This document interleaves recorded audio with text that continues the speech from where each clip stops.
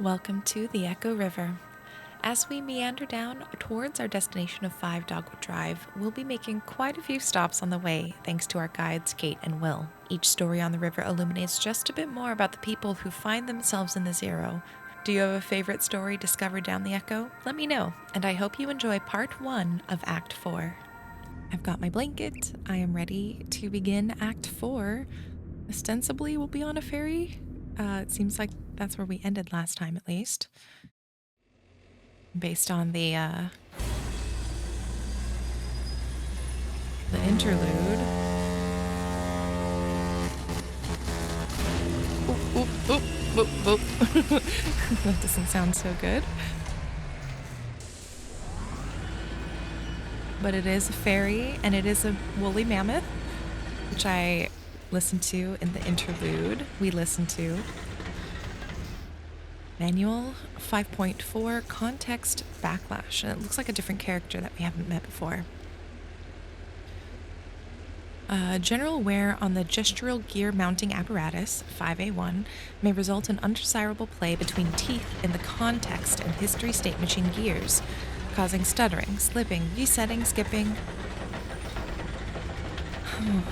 I guess it could be slippage.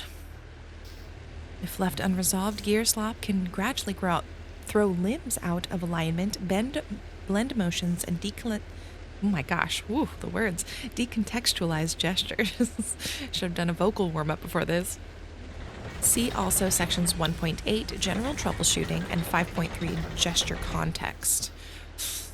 Okay, troubleshooting. All right. Technicians of sufficient talent and experience may skip this section.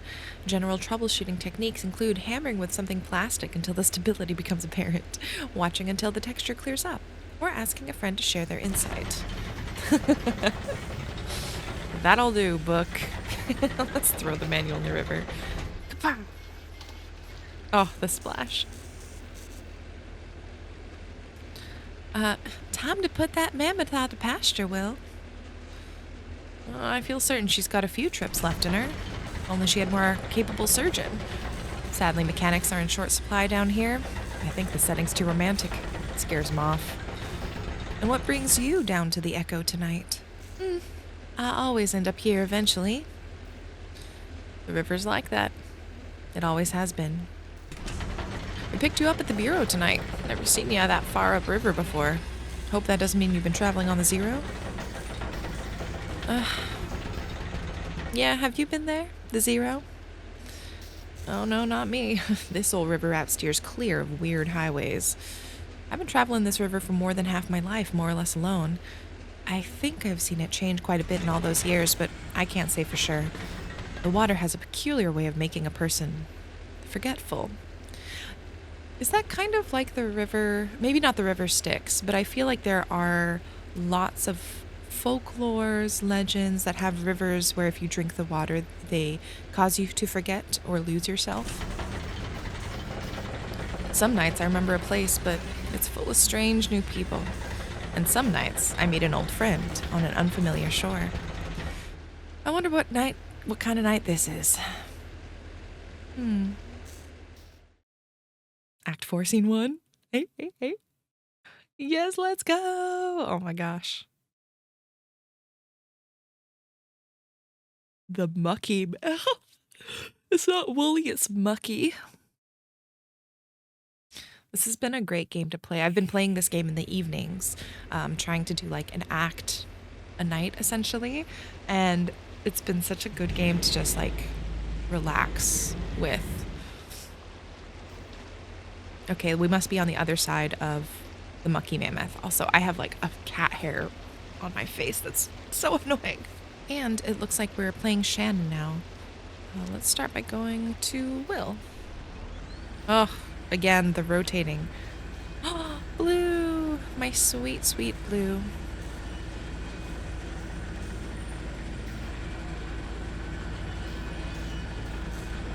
It's quite a small ferry boat. Singing quietly, or we on mold and whiskey fed. And, oh, what gears? Wet gears. Probably. Who knows? First thing I tried anyway. Down here by this little blue box, I took all the gears out and dried each one by hand, then I loaded them back in again. That took care of the grinding sound, but her trunk keeps doing that sparking, clanking, weeping thing.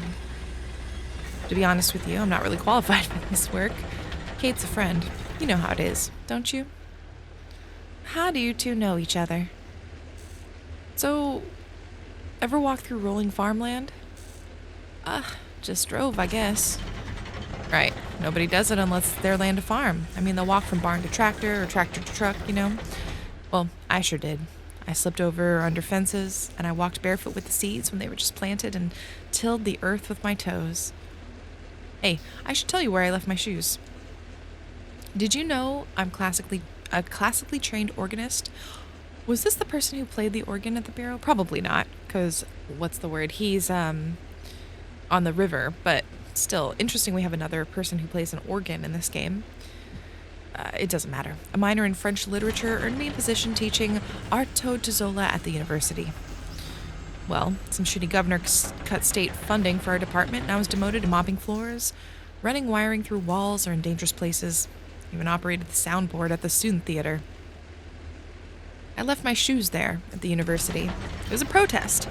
Walk without shoes for something important or tragic. I ended up by the shore, and soon I was drifting along the Echo. Ran for a while above ground, then. It doesn't anymore, but I prefer subterranean waters anyway. Kate brings me along, and I record what I see and hear. I try to help with maintenance. I drop off the mail and pick up the trash. On occasion, I take the helm. Anyway, that's all I try to remember anymore. I listen to the river's stories, and my own stories get fainter and fainter. Oh, if you could talk to Kate, could you ask her when she stops for gas, could she pick me up a scratch ticket? Thanks. Interesting. So it's like Will is an academic who, essentially like everyone else has fallen on these harder times. Let's walk around this way. I want to see sort of this other angle of the ship that we haven't gotten to see.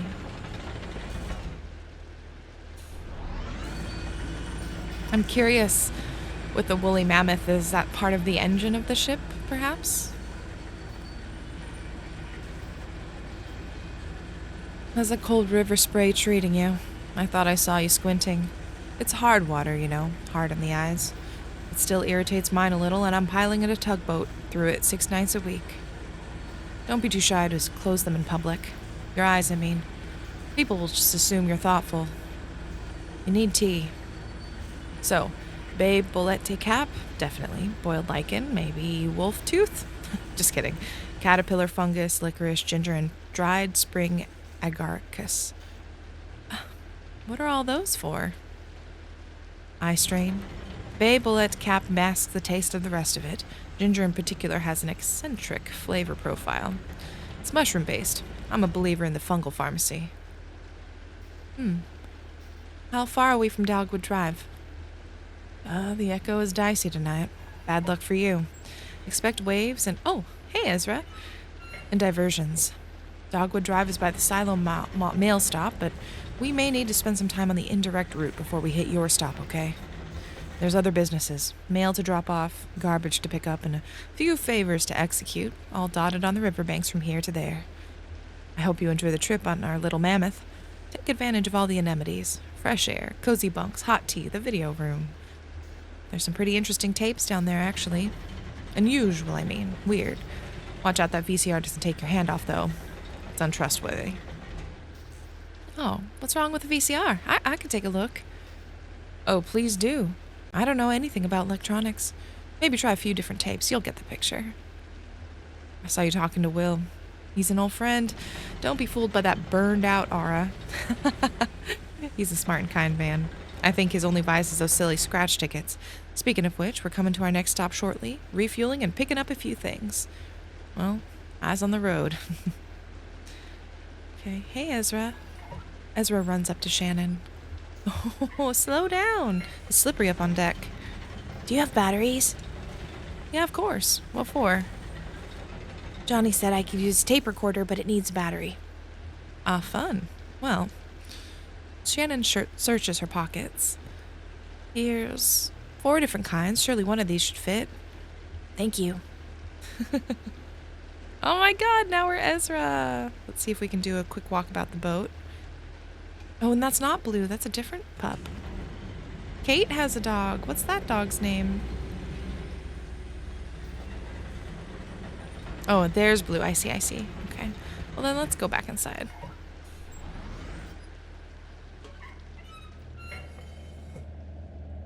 Oh, the cutaway is very fun. Again, it's very, like Death of a Salesman, sort of.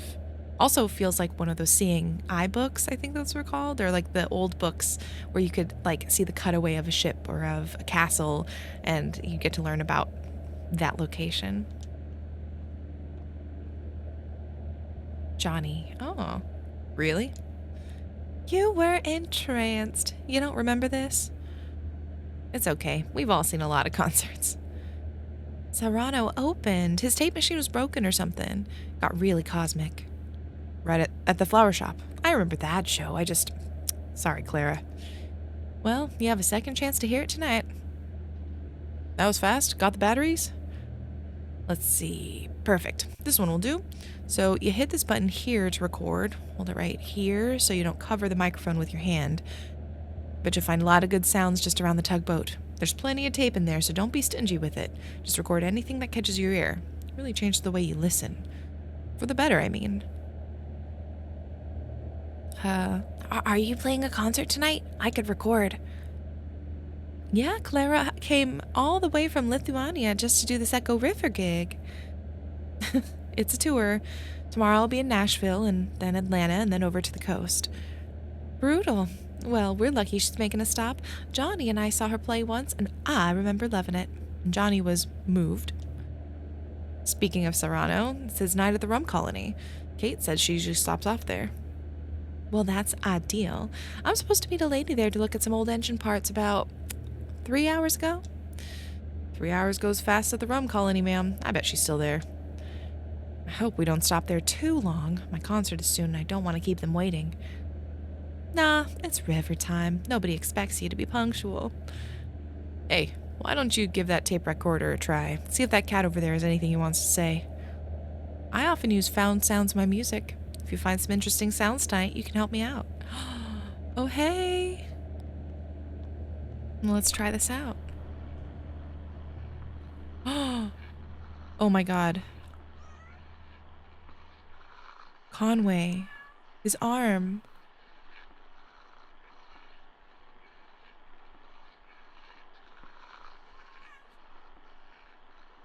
I don't see this ending well for Conway.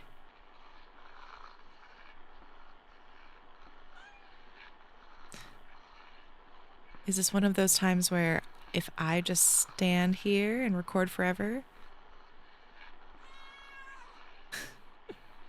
this is just going to be a cat sound tape recorder?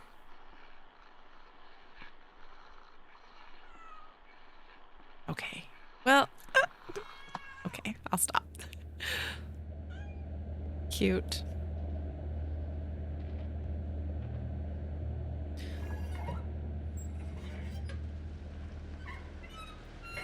I wonder if Conway's gonna turn into a skeleton then by the time it's morning. It's like a bad Cinderella story. You know, it's the strangest thing. I can't remember why I came up here.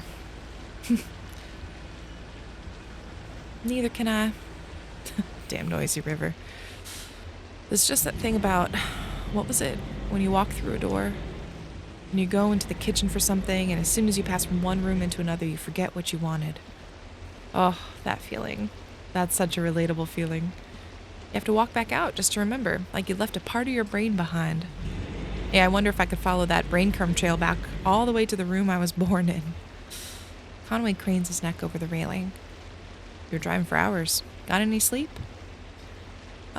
Just rested my eyes for a minute. Every little bit helps, right? Shannon leans over the railing and looks at the river below. It's all kind of trash down here. Could have fallen off the hall back there. I think that kid was playing on the trash barge earlier. He seems to keep himself entertained. It's good for him. It's important to know how to be alone. What's up, huh? You look like there's something you want to ask. Fine, you can ask it. One question. Oh, is he drinking alcohol? I assumed it was coffee, but... Do you really have to go work at Hard Times? Didn't seem so bad, did it? It's a way to live. I mean, rent a bed, eat at a cafeteria. Not like I have a choice. I think you do have a choice. I've got to repay my debt. Hell, I should be grateful for the opportunity. If you want to die with any dignity, you've got to settle up. That's why it's such a damn shame when people go sudden. Is it a damn shame? What makes me sad is that, like, these debts... How do I put it? It's like credit card debt is such a fake thing. Like, I know technically we have an economy, and the economy is money, and people exchange goods for things, but, like, this kind of debt feels so abstract to me that I don't know. There's something about it that just doesn't sit right when it's like we're equating this debt to your ability to die with dignity. We're equating your debt to like this moral compass that I feel like that is real. That's something that happens, but I hate that it happens. Like, you shouldn't feel like you have to pay this off to die with dignity. I don't know. Oh, we're just floating. We can't control this. Oh my god! So a different part of the zero, huh? I'm sure I talk too much. Everyone on this river does. The problem is that we listen twice as much as that. We're only telling you half of the stories we hear. Kate told me I ought to have been a photographer. She said, you have an uncanny way of having been in the place at the time the thing happened there. It's the hardest part of taking a photograph, anyway. Nice of her to say, but this isn't true. Though I know just about every story on this river, most of them I pick up second, third, or fourth hand, so on. Listening, see? Now, I know you're gonna ask, so I'm gonna answer it. Yes, I'm sure they're all true. I personally believe a story gets more true as it's tossed around from brain to brain, and the whole community brings their insight to bear on the brittle facts of experience. Ooh, that's so good. I love this quote so much.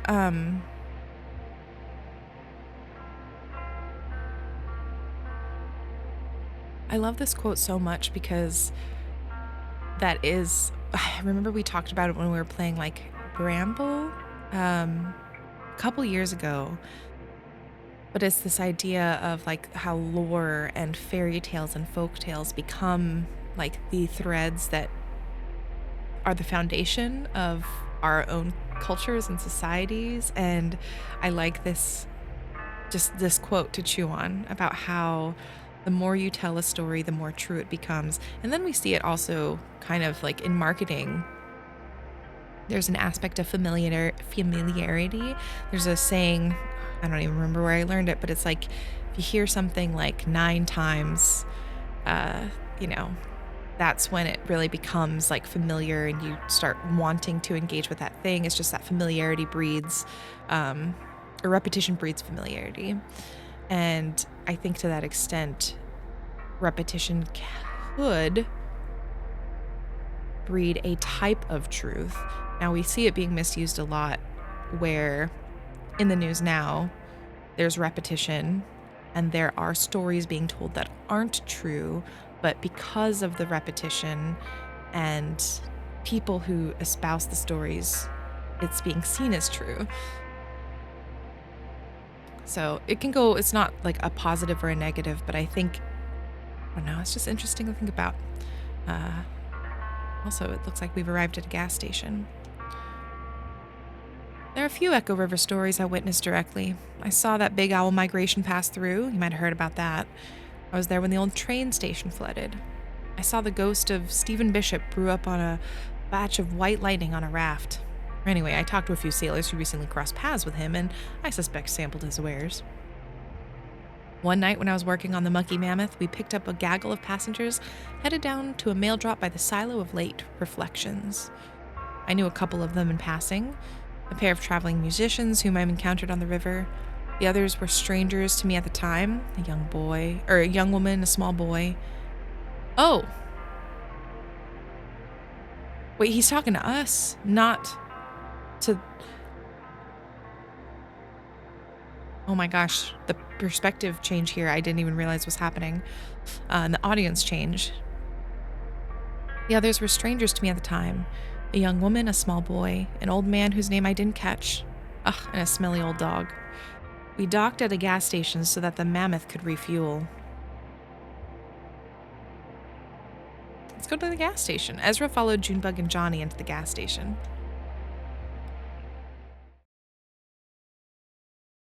Gotta remember to get a scratch ticket. Scene 2. A gas station. A floating gas station. That's pretty cool.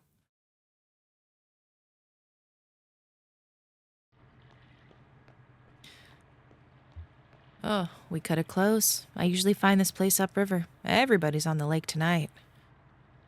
The gas station moves around. Sure. It's not anchored or anything. Could be anywhere up and down the Echo. Just kind of run into it when you need it, or hopefully a little before you need it.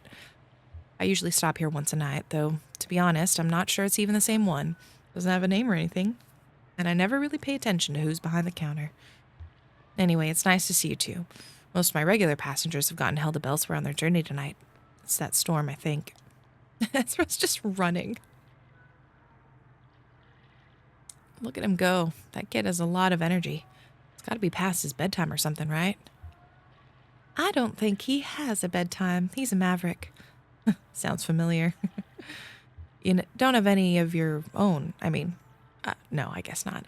I just realized you two come here through here so often. We chat about all kinds of stuff, but I never thought to ask about family. We're all the family we need. That's sweet. So, how about that storm upstairs? Did you two get caught in it? Heard it kind of roamed around uncertain. I'm sure we'll hear about it tomorrow. Flooding, property damage, probably killed a few tomatoes. It's got the river churning and everyone headed to the lake here where the water's calmer. I myself don't mind navigating a choppy river. Not at all. Got good feel for it. Plus, it's better for fungal growth.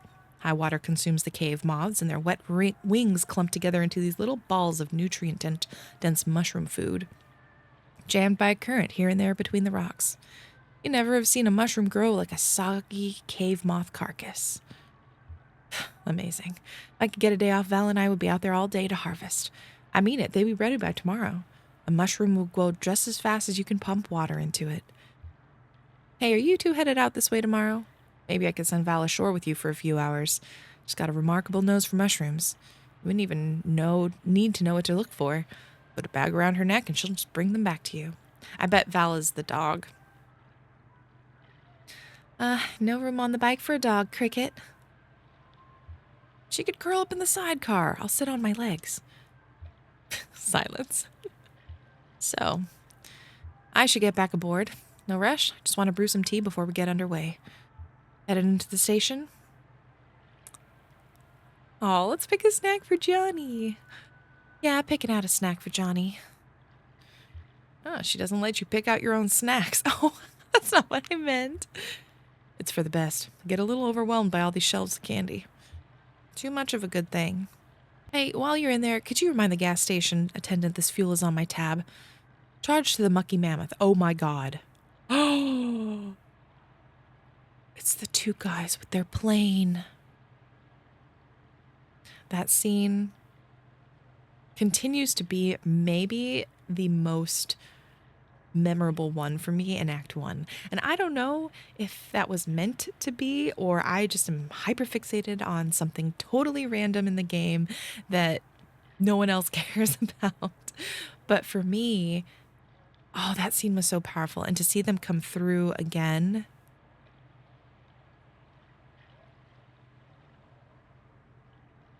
They still haven't gotten it flying, but they still haven't let go of the plane. And I want to ask them, like, why? What does this plane mean to you that you continue to travel with it? How does it serve you, like emotionally, with your roles, whatever? Just what is the hold that this plane has on you, and why don't you let it go? My God, watching them go across again. Ah! Hey, while you're in there, oh, yeah, could you remind the gas station attendant this fuel is on my tab, charged to the Mucky Mammoth? Oh, and Will wanted a scratch ticket. Thanks. I think I'll just watch the lake for a bit, ma'am. All right, we're playing Junebug today.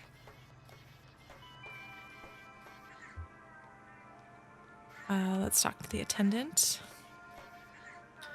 Looking for crystals? Why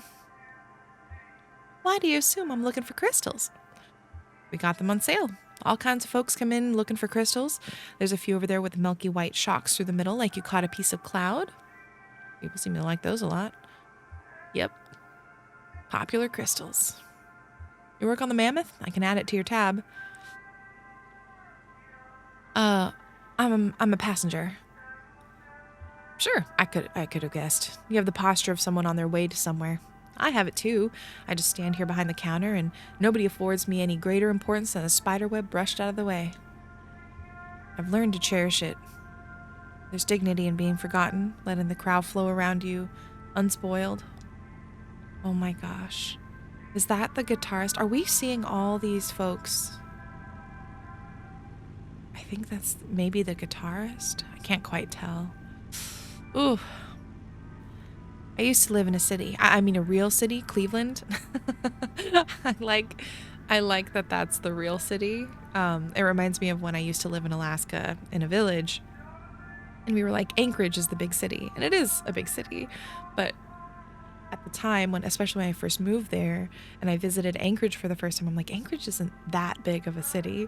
Like, LA is more of what you would typically think of when you think of the city, not Anchorage, or like New York. And so it has that energy here where it's like you're from such a small place that Cleveland, which wouldn't be considered like a global city typically, is considered the big city here. I had some family money then and I didn't have to work. I lived in hotels. In daylight, I walked wherever people were. My only duty was to the crowd. I was its observer, its historian, its detective, its poet. Well, the money ran out and I dispersed with the rest of them. I took my duties with me here to Lake Leth and the Echo River. I live behind this counter, anonymous, invisible, but I live with dignity. It's that idea of dignity again. Like dignity versus shame. Also, let me look up really fast what Leth means. I feel like that's something.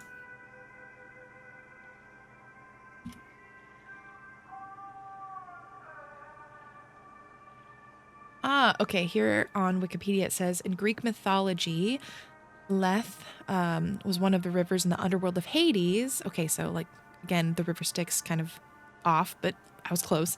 In classical Greek, the word Leth literally means forgetting or forgetfulness. Wow, okay, so we're on the river of forgetfulness. Which is interesting because Lisette, like we also had a little bit of her forgetting the words at the start of the last chapter or the last act. It says here under the mythology section, Leth, the river of forgetfulness, was one of the 5 rivers of the Greek underworld. The other 4 are Akron, the river of sorrow, Cocytus, the river of lamentation, Phlegethon, the river of fire, and Styx, the river that separates earth and the underworld. In myth, the shades of the dead were only able to be reincarnated after they drank from Leth, which would wash away all the memories. Interesting. I wonder if, we're heading into, this is Act 4. Act 5 is going to be the final act, and I wonder if this is going to be the ability for, oh my God, the paper boat. I wonder if this will afford the opportunity for a rebirth of sorts. I think maybe Conway, technically he is. I think he's going to be maybe rebirthed into a high spirit, or what's called Hard Times Distillery skeleton. I think he's going to get trapped. But I'm curious to see for Shannon and Ezra and Junebug and all these other characters we've met, what that potential rebirth could look like for them after traveling on this river. Yeah, and I want to just build a little bit of context actually, because again, the flood I'm associating with a lot of storms, tropical storms that happened previously. But I also feel like when this this act of this game came out in 2016, again, just to put it in context to what the developers were witnessing and experiencing, even though it wasn't actively being developed. So I guess the events prior to 2016 probably mattered more for the specific development, but I think maybe they were seeing all of it lead to what happened when in 2016 we had in the US the presidential election campaign happening and the election itself. And that was when Hillary Clinton and Donald Trump were running. Donald Trump was elected president, unfortunately. We also had, I think, Philando Castile was murdered in 2016 as well.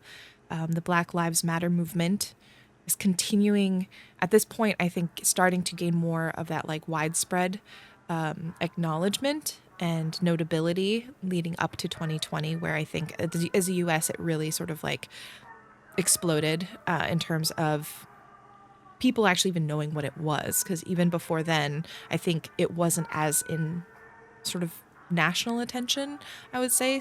It was getting there. But yeah, this is a time where it's really interesting to look at this game and how the acts have been also getting released further and further apart. So from game development perspective, I think the first two acts were maybe like 3 or 4 months separate. And then the third act was maybe like, a year or so. And then it's even more time until this fourth act came out. Actually, let me look that up too. Sorry. I just want to have a little bit more context. Okay, I'm looking at the notes that I did for the intro episode for Kentucky Route Zero. So Act 1 was released in January 7th, 2013. Act 2, May 31st, 2013, so 4 months later after Act 1. Act 3 was May 6th, 2014. 2013 was Act 2. Act 3, May 6th, 2014, which was 1 year later. What we're playing now was released July 19th, 2016, approximately 2 years later. So again, what I think is kind of interesting is thinking about this game's development as well as what's inside the content of the game, because this is probably the point, and I know this from my experience with like Spirit Swap and just knowing a lot of how game developers and the life cycle of game development, they're probably at the point where it's like the Kickstarter money that they raised, because I don't think they got any other funding. Probably that's mostly done. They're probably going off of the sales of their first acts to help fund what's coming up. So they're probably exhausted, because if you're working on a game for this long, again, this is now a 3, 4, maybe 5-year development at this point, because you've got 2 years, maybe 3 years, plus the pre-production. So yeah, maybe they've worked on this game for 4 years at this point now. Long time. Yeah, I feel like this is a really interesting act to be playing, just considering all of that. And I haven't finished it, so who knows what it means, but it's just some stuff that I thought would be interesting to share and to consider. And now I will continue playing, and sorry for rambling. Well, the money ran out. Okay. All of this started with me looking up what Leth meant, because I felt like I had seen it and recognized it before and it meant something. So sorry for the ramble. I live behind this counter, anonymous, invisible, but I live with dignity. And yourself?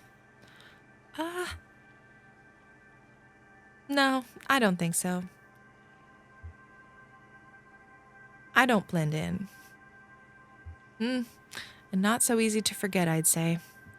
I see now that you're right. Well, that's yours to bear then. We keep all the crystals on the shelf over there. Buy one, get one free, of equal or lesser symmetry. Okay, well, let's look at the shelf, I guess. The crystals are rough, dirty. Some are damp. They must have come out of the river. Johnny seemed distant. Seems a little preoccupied with the kid, Ezra. Junebug tries to scrape some green algae off of a larger specimen, examining it for the kind of cloudy inner formation the attendant said was so popular. Oh, interesting. Oh, I mean, maybe. It seems like Junebug and Johnny are already kind of found family. Maybe they could bring Ezra along too. What would it be like to travel with one more? And a few numbers are woven through the algae. Even supposing it was possible to take another passenger long term, it may just be best to ask him what's on his mind. This isn't algae at all. It's a decayed plastic bag caught on the rock. Norm. Oh wait, did I not get this stuff that I needed? Dang it. Shit, that flood water washed you halfway up to sea. I was looking for you down by New Königsberg, same as usual, but ain't nobody there. The river's deep as an elephant's. Oh, didn't see you there, ma'am. Pardon my language. What elephant? All right, you're no paper flower. I see that. I expect you must be Loretta. Enchanted to meet you. Sorry I'm late. Hey, is that coming on too flowery or something? Enchanted? Repeating it now, I feel a little silly. Enchanted sounds pretty old-fashioned. Is that the kind of girl Loretta is? I guess I don't know. But now I'm double embarrassed. How do you know Loretta? I really don't. I met Loretta on the computer. We met each other there, or I guess we spoke through the computer and agreed to meet. I don't know the terminology. I haven't dated in quite a while. Back when I met Greta, that's my wife, my ex, or maybe I'm her ex? I don't know how to say it. Anyway, back then there wasn't even such a thing as computers at all. I guess there probably was, but I'd never heard of one. I worked in textiles. So, here I am. So what's your plan when Loretta shows up? Maybe head down to the rum colony? Shoot, forgot to ask if she likes to drink. Really never know these days. I guess first I'd ask her about that, and if she doesn't like rum, I'd maybe try to take her by the bat sanctuary. It's pretty romantic in a sense. I like misty valleys and ruined churches romantic, but not flowers and chocolates romantic. Of course, they've got that memorial there. That's a little depressing, actually. Maybe we'd kind of sail around that. Damn it all. I guess I probably missed her. Wonder if she'll agree to meet me again. I'm sure she'll understand with the weather and all. Nice of you to say so. I hope they meet up. Well, I guess I'll head on back. Hey, supposing Loretta doesn't want to see me after all? My card is full. Oh, sorry, that's not what I meant. Actually, I wanted to ask you for some advice. I had to type up a sort of autobiography for the computer date, and I spent a lot of time on it, but I only got one reply, and that was Loretta herself. I was happy to meet her, but supposing she's lost interest now, do you think you could maybe give me some feedback? It's only a paragraph or so. I have it all memorized. Spent so damn long writing it. Okay, here's how it goes. I'm a good-natured man, retired, and spend most of my time sailing the Echo River, riding currents of subterranean gas and that strange invisible wind that moans out of the small tunnels along the bank. Seeking a companion to map the river with me. I have 2 grown children, but they live far away. No goofballs. Okay, what do you think? What was that about? Goofballs? Like serious inquiries only. You might miss out on some really great goofballs.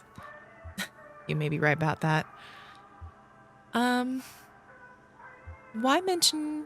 I don't know. I feel like mentioning children makes sense. And the thing about the wind is sort of over the top, but I don't know. Like, I feel like you get a sense of his personality with what he has. I'll ask why mention your children, though. I'm curious. I just figure it'll come up somehow. I don't know how people feel about dating with kids. Like I said, it's been a while. Are you proud? Yeah, sure I am. My son is a school teacher, and my daughter owns a printing press. Good people. Yeah, maybe I just mentioned it there, hoping I'll get asked to brag a little. You'll be fine. All right. Thanks for your help, ma'am. Really renewed my confidence. I'm ready to get back on that computer. You have a good night now. What's left of it anyway. Can I not get the snacks or the scratch tickets? Shoot. What do you think about the other dog we got on board, Val? Blue's a sleepy old hound dog. I know she isn't doing any mushroom hunting, that's for sure.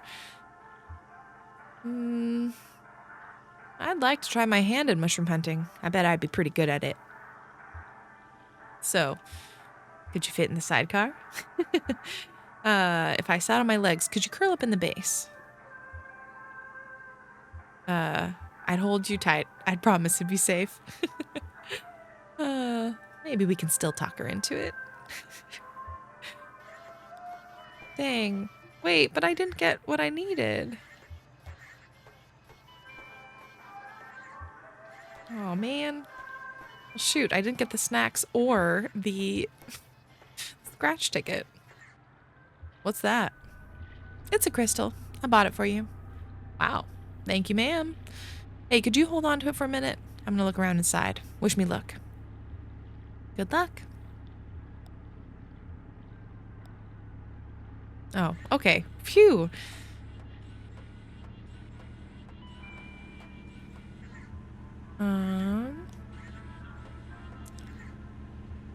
Hey man, how's your night? Quiet. Where are you headed? Just following Junebug. She was in here a minute ago. Oh, okay. I had a feeling you two might be traveling together. I never travel, but I love travelers. That's what I like about this job. Travelers come to me.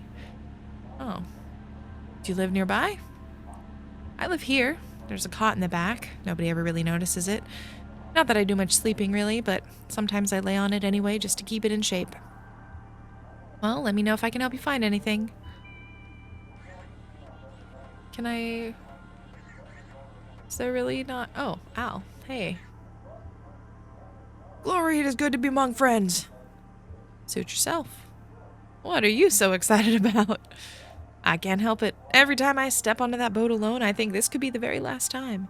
Then every time I come ashore back among people, I think, Glory, it is good to be among friends. Helps to keep things in perspective, I guess. It's a ritual of remembrance for me. Tonight, particularly so. It's my birthday. I am 5 years old. You know why I say that? Well, I'm going to tell you. 5 years and some days ago, I set out on the Echo River, alone. So I thought at the time. I was looking for an ice floe. They're occasionally rumored to travel our humble artery on their way home from who knows where to who knows where. Who knows why? It's a mystery. An hour into the journey, my lantern gave out. Now, I always carry 3 or 4 spares. You'll never catch me in the dark again. Lesson learned, buddy. But that night, when that lantern went out, I was stuck in the dark. I kept my arm extended, running my fingers along the cave wall, trying to keep my bearing as best as I could, and at least make sure I wasn't going in circles. I just prayed I'd find another traveler who knew his way back to the lake or above ground, or even just a crack in the rock to get a glimpse of the moonlight. I had a large bag of apples with me. After a long while, maybe a day, I was getting weak, so when I took my hand down from the rock to tear the bag open, well, when I reached back out, I couldn't find that cave wall anymore, or any other. I was totally unmoored, buddy. Totally adrift. And it was so dark. I started counting time and apples eaten. I drifted in despair for 4 apples. Then I schemed and planned and dreamed for 2 apples. Finally, I came to accept my fate. Lost at sea. And this phase, I think, would have continued indefinitely had I not come down to that very last damn apple. Picture me feeling around in the empty bag, certain that somehow there was another one of those fist-sized chunk of life-giving fruit already softened by time, probably an unappetizing brown. Nope. That was it. Just as I was about to bite into my last meal, I felt a tickle on my upper lip. It hatched right then. I couldn't have been a moment later. I would have eaten it. My last apple, ugh, gross. My last apple was infested by a damn fruit fly maggot. No, that was disgusting. Well, that should have been the end of it.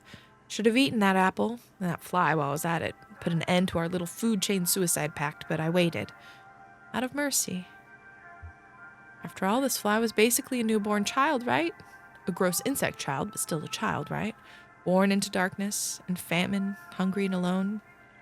I mean, can you imagine that? No other flies out there on the boat, never would be. No other flies to welcome into the world. I mean, no fly culture, no fly society, no fly history. A true orphan. I started to get depressed just thinking about it all. Too, oh my god. Worked out a thick tear, I'm not ashamed to say. Well, that fly landed on my cheek, right under my left eye, right on that salty teardrop, and then blinding glory, his ass lit up like a candle. That wasn't a fly, buddy.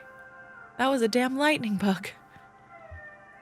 So that's how I'm here today with you folks. Only because I found my way out of that strange river cave by the dim-lit rear of some orphan insect hatched out of my last rotten apple. Why does that make me feel like crying? It's like that little bit of hope that you thought was never going to show. Glory, it is good to be among friends. Dang. Huh. Did my Johnny talk your ear off out here? Damn, he's even gotten me talking to dogs now. Think I can see why he does it. You're a good listener, Val. No snacks, but we did get a good story.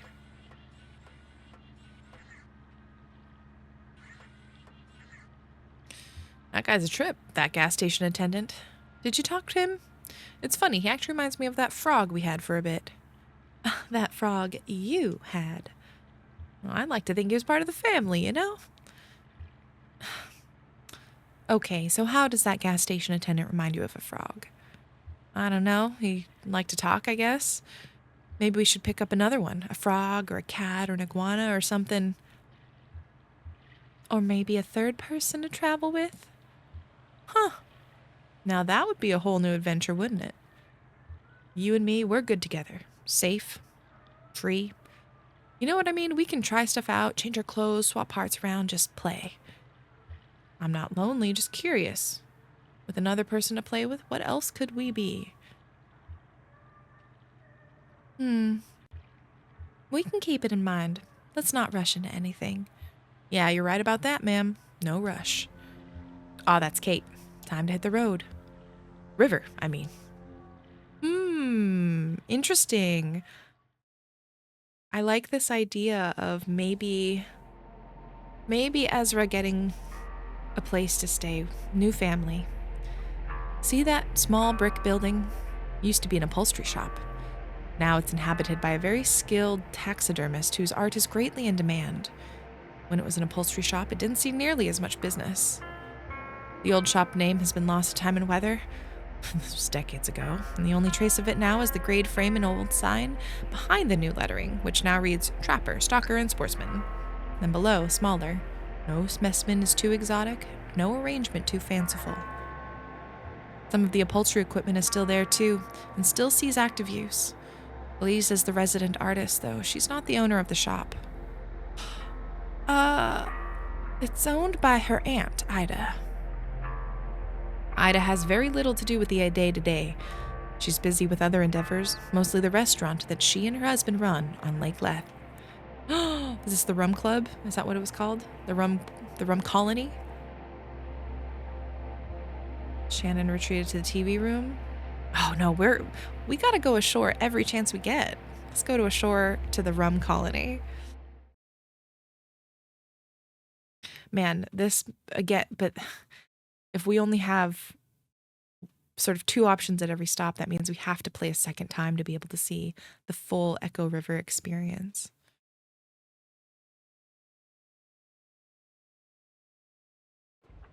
Whoa. Yep, sounds like him. Our friend Serrano is booked here tonight. He's pretty good. He's a wizard of the lap steel guitar. Are you two coming ashore? Oh, sure, we'll be up in a minute. You can hold me back. Oh, I don't know. Kate says just to wander back whenever. This is a take it easy kind of stop. She doesn't even blow the foghorn to round up the crew here. No point. Something about this spot is like wax in the ear when it comes to timetables and responsibilities. I was supposed to meet someone here earlier tonight about some bike parts. I hope she's still around. I'm sure she is, ma'am. Half sleeping on a fragrant mug with all the other wayward sailors. Okay. Wonder what this interaction... Oh, my light! Oh my god. Shannon finds a bottle. Its label is worn away, but the words "Hot Hell Rum" are legibly embossed on the glass. The bottle is empty except for a sleeping crab. Oh, sorry, sir. Didn't mean to interrupt you there. Shannon finds a small box, about the right size for an injured baby bird or a couple of mice. This box is only full of sand. She rolls a few grains in her fingertips. Feels different from the sand under her toes, finer and slicker. She has this feeling that this is sand from a different beach. But somehow it arrived here. Hello. Bureau folks. The water is fine, invigorating. It makes me want to run. I could gallop up and down this beach like a horse. Another horse mention. What's he yelling about? He wants to run on the beach like a horse, he says. Oh dear, what's in these drinks? You folks work at the bureau. We're celebrating. Oh, it's the celebration. It's the party. We just hit a big milestone, you know. The clerks both pause, waiting for the other to speak. Well, tell her about it. But I don't know anything more than you do. It wasn't part of my caseload. Well, it wasn't part of mine. I wonder just what we're celebrating. Doesn't matter. Invigorating! Catch anything, Lewis? So, did you find what you were looking for? With Lula, I mean. Is she here? I'm not sure where she is now that you mention it. Before we left the office, I think I will go for a run along the beach as soon as I'm finished with this drink. Try not to yell so loud, Lewis. I'm afraid you'll shake the ceiling loose. We're still inside, huh?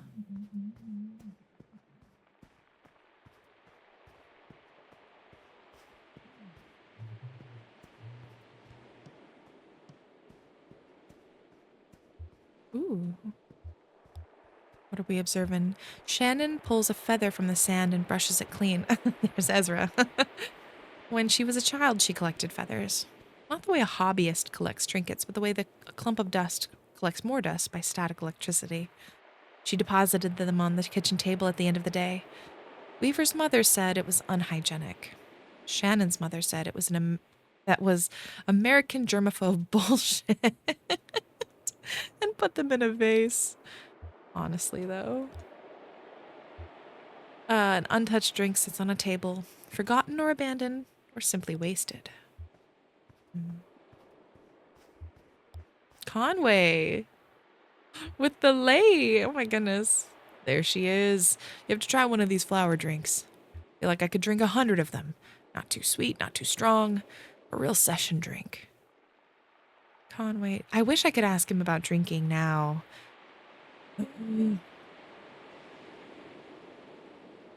Man, I feel so sad about Conway. We'll be scraping you off the beach. Nah, it's not one of those. Not one of those really strong drinks. Just sort of doesn't taste like a flower. I mean, not like a flower smells. You know, perfumed, sickly sweet, like a star thistle flower. You know, my dad was obsessed with those awful weeds. We'd had a small house just about leaned up against a hill, and every spring that hill would explode with yellow star thistle. And he'd tear into them. Angry, I mean really offended by it. He said they were an invasive species, like foreign squatters on his land or something. He used to think he was a stupid old man to take it so personal.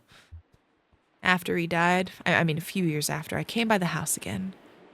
It was spring, but I didn't see a single yellow flower on that hill. I must have finally got them. Or maybe they followed him home. More old stuff. I'm drowning in old stuff tonight. Feels like I got it piled up all around me. Like one of those old guys you hear about who never threw anything away, you know what I mean? Hey, maybe you should slow down. Oh no, I don't think so. In fact, I could use a few more of these. indicating his drink. Just take up a book of matches to the room. That should clear everything right up. You know what I mean? Sorry, I'm not making sense, am I? I just mean to say I can't look at anything without remembering something else, and that reminds me of something else, and I'm buried in it. I just need to get my head clear for a minute. Get a clear view of the day, get oriented. There was a time when I felt this way, I'd bite the bullet. Try to sober up and get a job. Is that why you're going to work for the distillery? Maybe it is. Seems like a pretty simple answer, right? Just follow the work as long as you can. You've got me all figured out. Hey, I'm gonna sit and look at the water for a minute. I'll talk to you later. Don't be a stranger. Conway, no. The distillery is a trap. Wait, where was... Oh.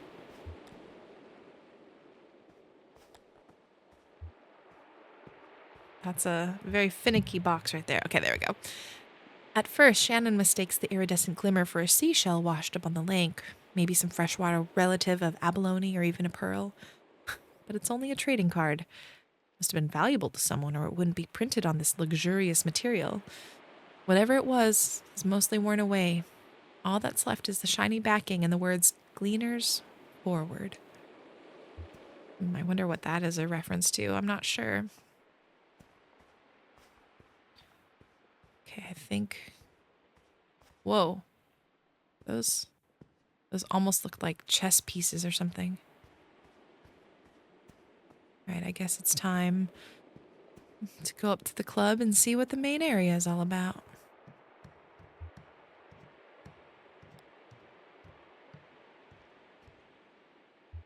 Junebug. Hey, guess who I saw just like an hour ago? That lady with the engine for sale. You just missed her. Tried to hold her back, but she's all business.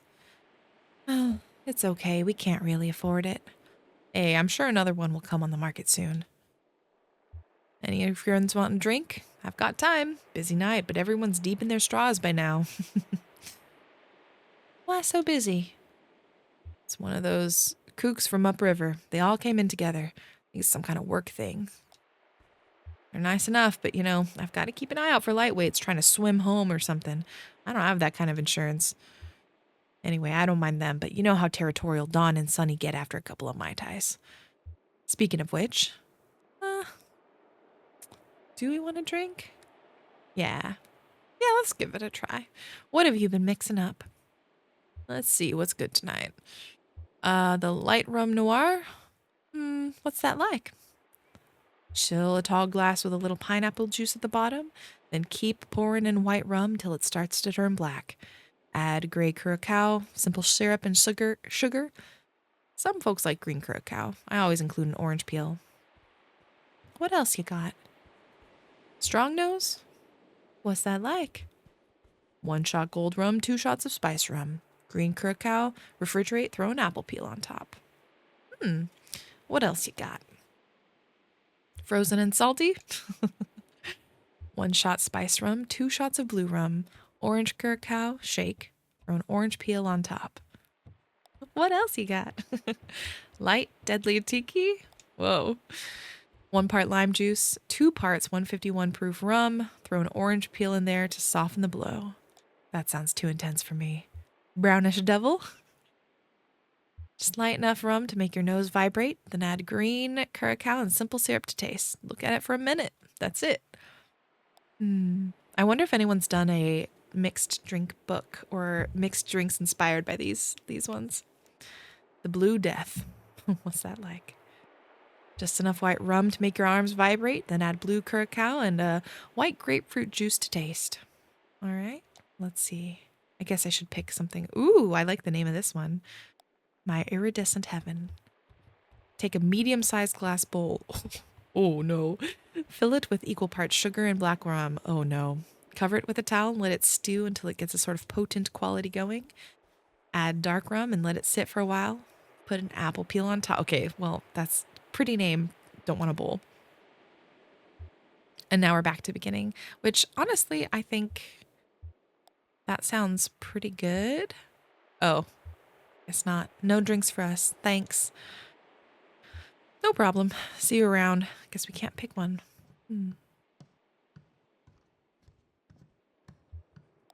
Sunny. Hey, did you hear the ice caps are melting? I mean the polar ice caps, the ones at the way top. Don't listen to him, hun. He's all doom and gloom tonight. Don't listen. That's the answer, Dawn. Well, what else can you do? Someday all of this will be underwater. We'll all be drowned. What can you do? I mean, yeah, we did talk about, or we did hear that the river, Will said this, the river used to be above ground, but it's submerged completely now. So we've got a little bit of like,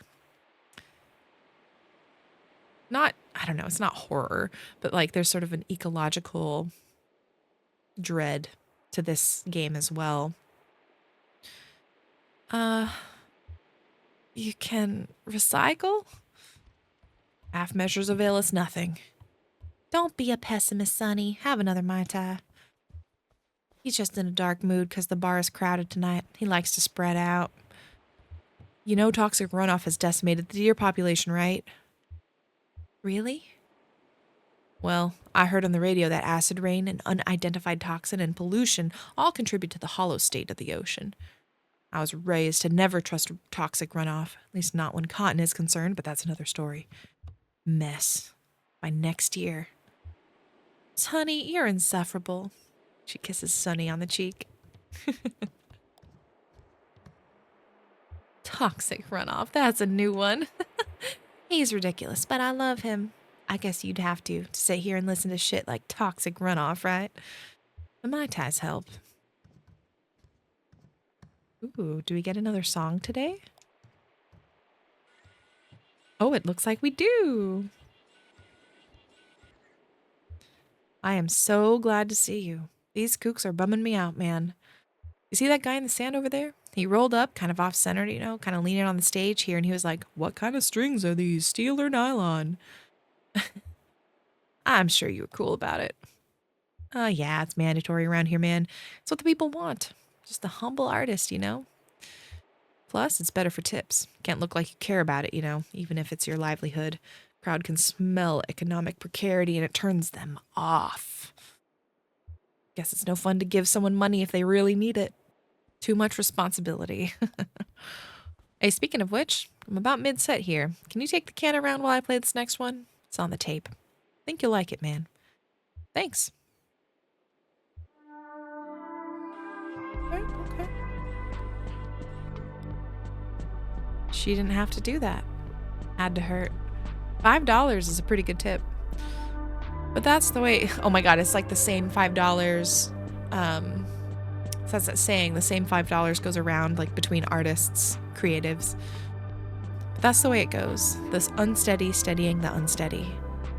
There's probably a $5 bill somewhere just floating up and down the river from tip jar to musician to chip jar to musician, like an eternal ferry of good intentions. Man, yeah.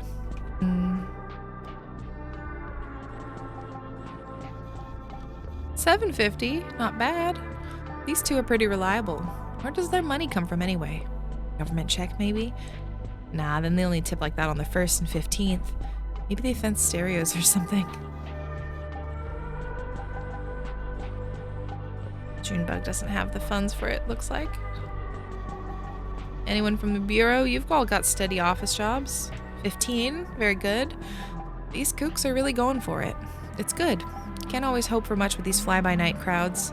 Could have been deep tiki fanatics getting uptight about Serrano's tape machine or something, but these folks are tourists wherever they go.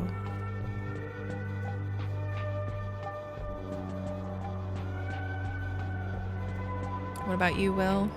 Nothing? Will never has any money. Good for him. What about you, Conway? Anything? Nothing. He's got debts.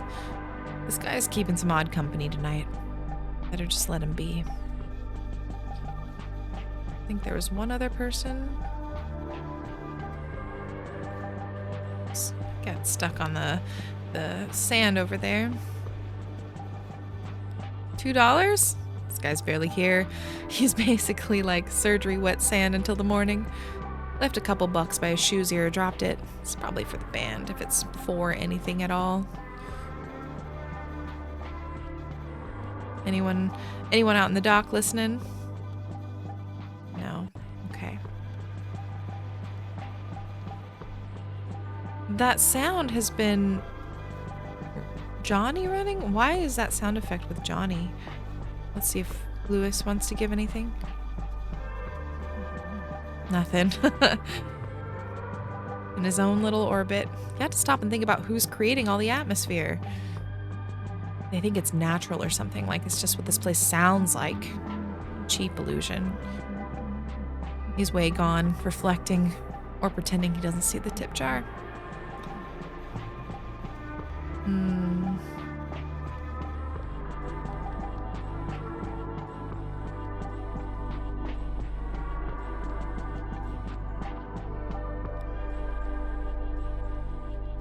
Nice. Oh, now I'm shanning it. I love the way this game interweaves us switching between characters. It feels just so good, you know? It feels just like so seamless. Is that a phone call?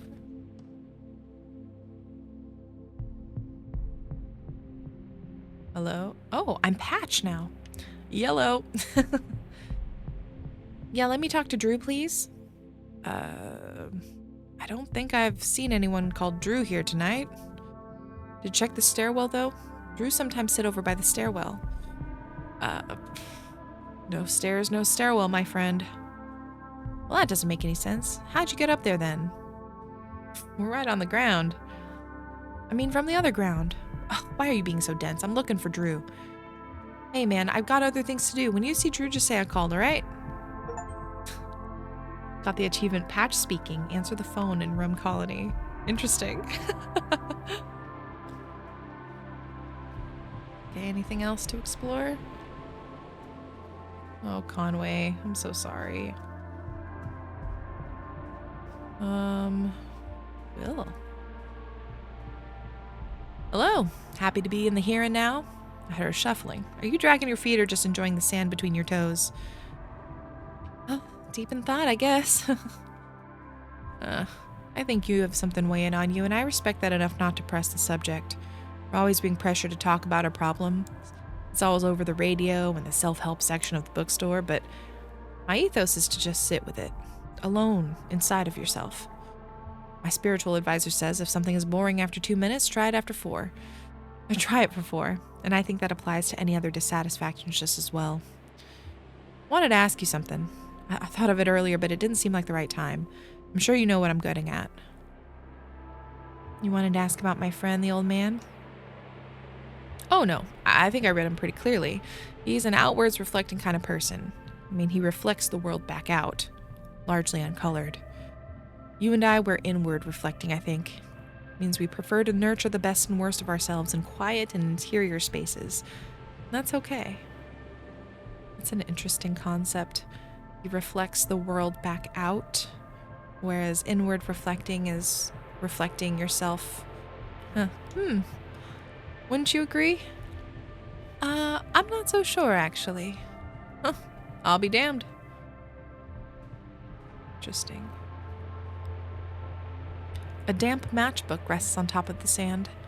Shannon flips it open without looking, rubs her thumb across the cardboard, and finds one match still intact.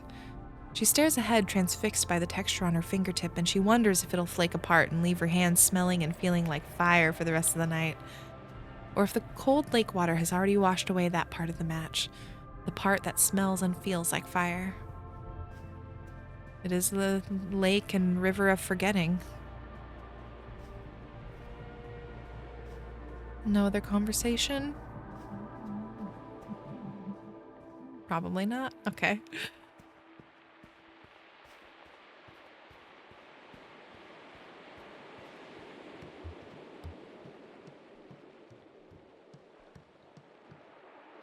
Well, that was a pleasant detour. Yes, ma'am. Ready to get moving? How about you round up the old man if you can tear him free? Oh, dang. Conway, Conway. I hope you're okay. I don't think you are, and I'm really sad about it. Oh, dislike. Dislike. I hate this. Oh my god. Yeah, you're right about that. I never quite thought of it that way. Oh, does Shannon not see the skeletons? Who are you talking to? Oh, it's nothing. Hey, let's get out of here. Work to be done, right? No. Oh, Conway.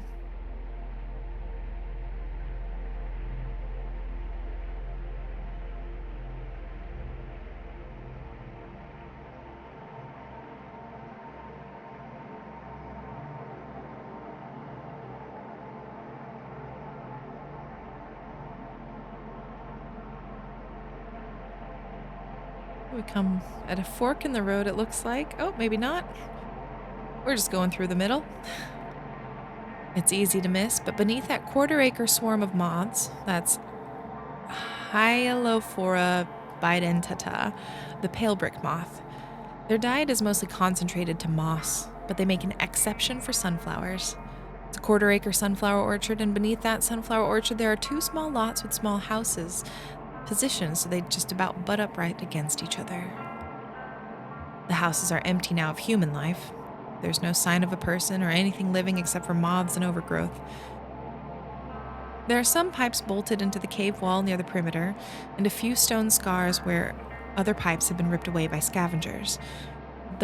These once supported the large grow lamps that fed the sunflowers. The lamps are gone now. Once this crop of sunflowers is picked away, it's unlikely anything else will grow here but lichen moss and rock formations. The pale brick moth will move on.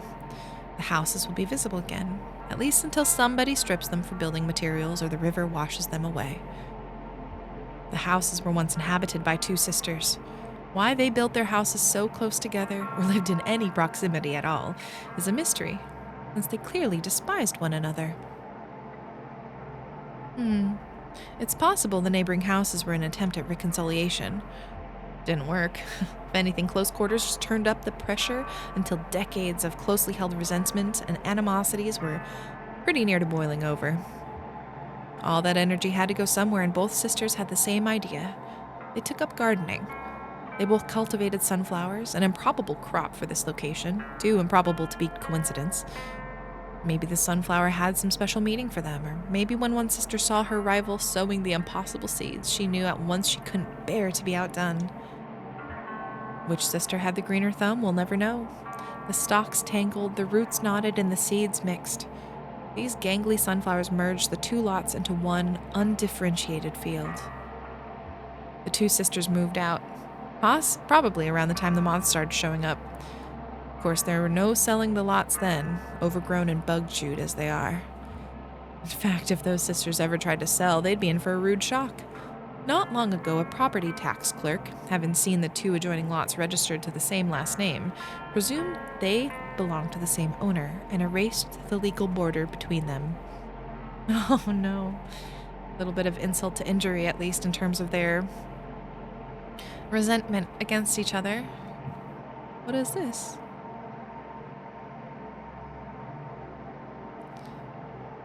Ooh, below deck. Oh, interesting. Clara, Kate, and I stopped to do some business by telephone. It's like a phone stall? Like a telephone booth, I guess?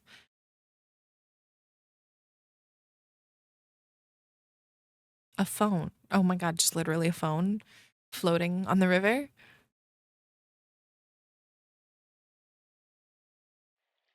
Yep, not even a full telephone booth.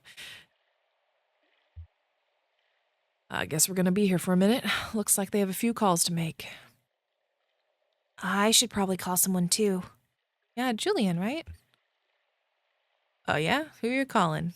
I should call Julian. Oh wow. Got a phone up there? But they all share a phone, right? All the birds? The big bird phone up in the sky? That's ridiculous. He uses the one at the museum. Makes sense. Well, guess I'll head back aboard. Might see if I can find any of the good stuff stashed in the maybe in the spice cabinet, maybe in the medicine cabinet. That's where it belongs. No, Conway. No. Hell, who am I talking to? Don't listen to me, kid. I'll see you in a few.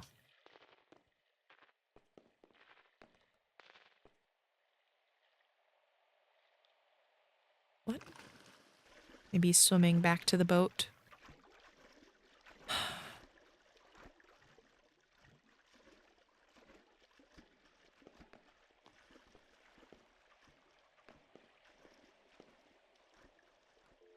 Hmm.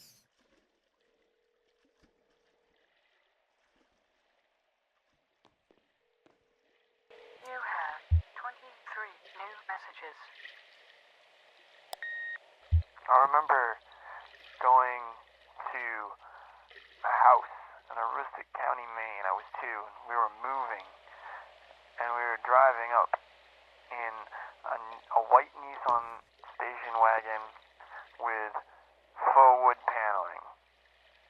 And it was the first time that I'd seen the house that I was going to live in for the next 7 years. This is the first time we've had voice acting in this game.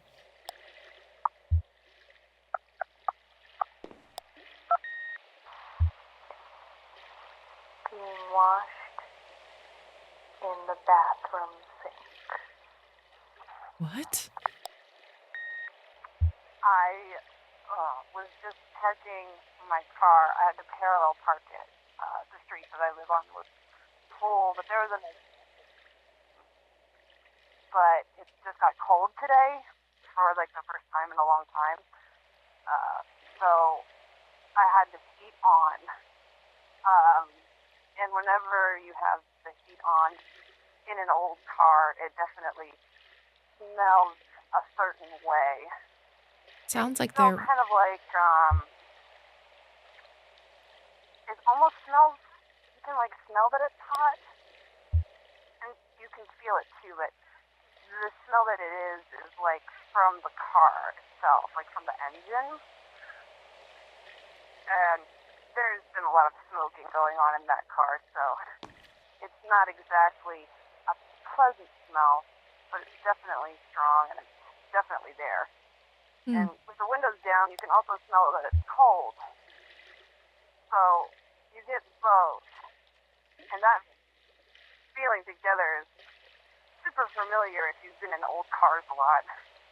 Anyway, I was parking and I had to go in and out about it like 3 times, but when I finally finished parking, it was like perfect.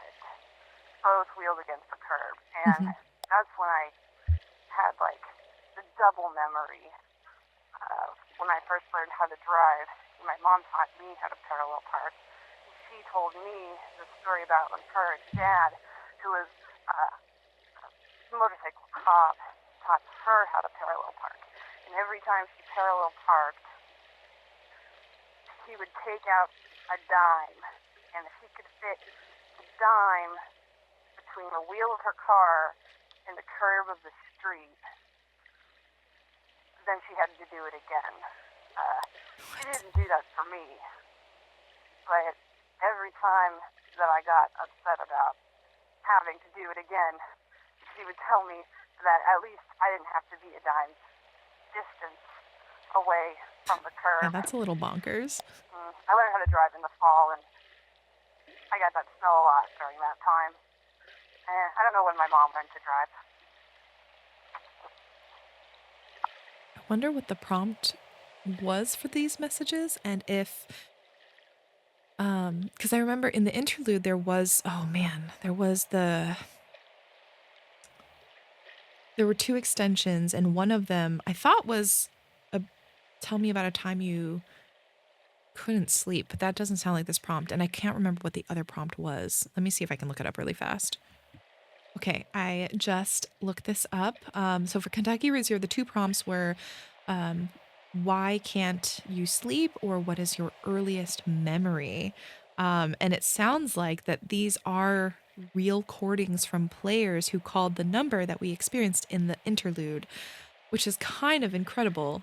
I don't know then if that means it said 23, so maybe it just picks 23 random ones from a list. I don't know if we'll listen to all 23, to be very honest. But we'll listen to a few more because this is really fascinating. That's kind of cool.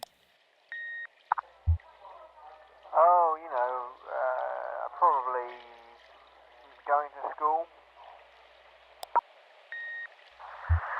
I can't sleep because the trees are scraping against my window, and it reminds me of a tongue scraping against my skin. Oh. What? What? I'm about to cross an ocean, and I worry about my dog. That's real. Can't sleep anywhere near a place. The gas is sold. Not when it's being sold, but when it's not being sold. What? Someone actually. What is that? What? I'm confused on that one. That's interesting. To the snake, but yeah, my hands are pretty damp. And that's referring to, I think it was like the last prompt in the menu where it was like, if you're holding a snake, press 6 or something like that. That's really funny. I remember the number 10 in a flashcard with a turkey on it. It had a yellow background. What was my first memory? It's interesting because I think there are photographs from before my first memory that kind of like have made it into my brain as I think memories. But I think my first memory is actually when I stepped in an anthill. And I remember my mom, I don't remember stepping in the anthill, although I do remember the anthill itself. It was by the trash cans that we would put in the front. We used to live in Georgia, and it was a red anthill, and we hadn't gotten rid of it. And my mom told me, like, don't play around the trash cans, don't go around the anthill. And I don't remember stepping in it, but I do remember the pain, and then my mom like sitting me on the toilet, like on the in the bathroom, trying to put like like cool some water and cooling off and like brushing off the ants, and calling 911 because I had gotten so many bites because I had stepped in it and they crawled up my leg, and it was summertime, so I wasn't wearing like shoes really. I just had sandals and no socks. And I just remember the panic in my mom's voice. And yeah, so that's kind of a trauma. Is that really my first memory? It's the first one that came to mind as one of my first memories. So maybe I can try and remember a nicer one. Oh my gosh. The frogs are too loud.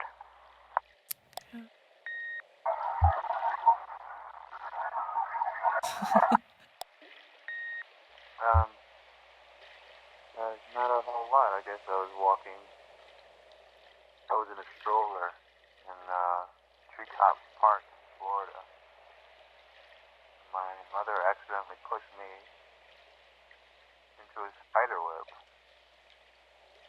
I freaked out a lot. That's the first thing I remember. We were sent for.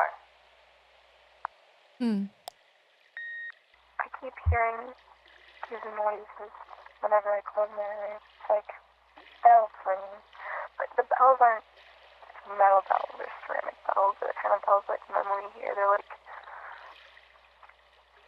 this weird. I can't even describe the material. It's just resonant. Just ringing resonant. And as soon as I open my eyes again, there's nothing. I remember driving across an old dirt road. My birthday was at a party at McDonald's in Hawaii. I got a toy that I didn't like. I broke it. Oh no.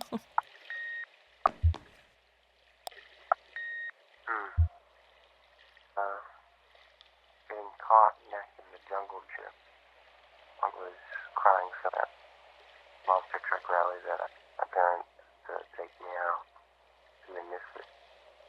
One of those two. Hmm. Seriously?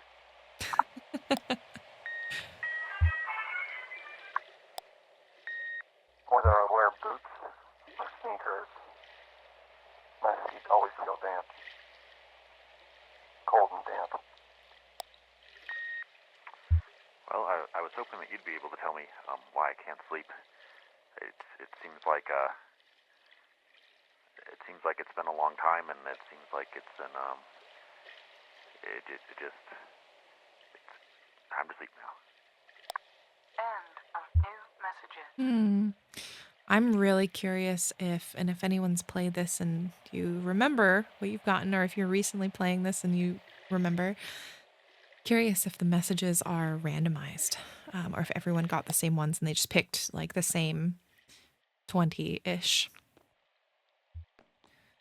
Don't you go diving in too. It's actually really cold and kind of dangerous. Did he say where he was going? He went to get some medicine.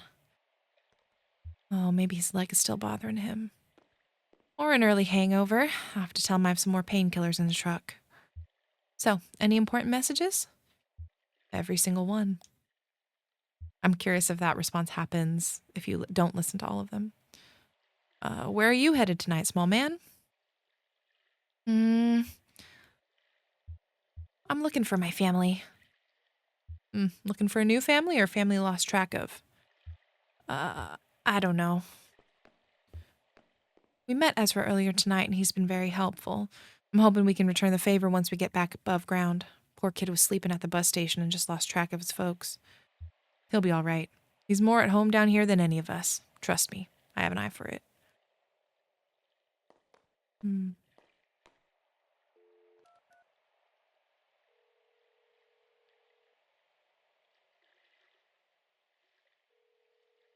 Oh.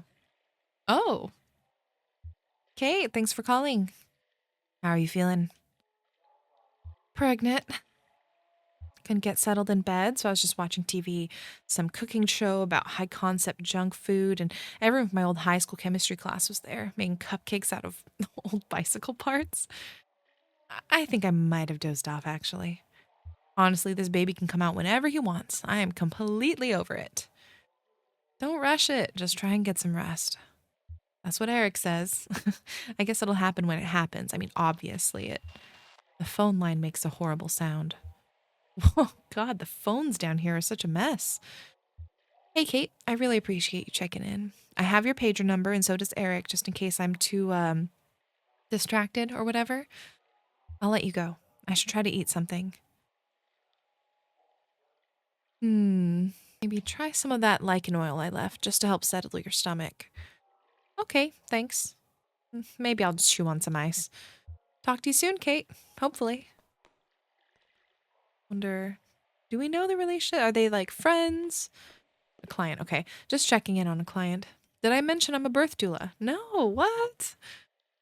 How does that fit in with being a tugboat captain? Some women choose to come labor on the boat, actually. For the rest, I have a backup, just in case I can't get back to dry land on time. I've been lucky and only had to lean on her for a handful of times out of several hundred births. You'd never believe how many people are just born all the time. Is everything okay? Everything's great. Sounds like she's ready. Some women just know. It's amazing. Others are caught totally by surprise. Your friend went back aboard? His leg is bothering him. Yeah, I thought he seemed a little pained, especially when he moved. I wonder because it didn't seem like Shannon could see the skeletons, even though we could see the skeleton on the tour. Or maybe she didn't. No, she did. But she couldn't see the skeletons at the beach in the rum colony. So I wonder if people can see his skeleton limbs, or if that's just for us as the player. I'm glad you phoned. I was just thinking of you. Sorry I didn't call this week. I've been traveling constantly. That's fine. I visited the hospital yesterday. Went to visit Uncle Andreas, but they moved him. Now he's in a hospice care facility run by some old Polish nun. Everyone says it's very nice. I asked them about visiting, and they said he didn't want any visitors. He's just being stubborn. Yeah, it's typical of Andreas. I was thinking maybe if you came to visit, he would see you. All those afternoons, you two would go drinking beers by the river. Don't you think it would mean a lot to him if he could say goodbye to you in person? Oh, Nadia, I'd never make it back in time anyway. It's true. You're a long way from home, Clara. Suppose it can't be helped. Oh, here's Mother at the door. We're going to try again to see him. I hope the tour is going well. Love you. Be careful.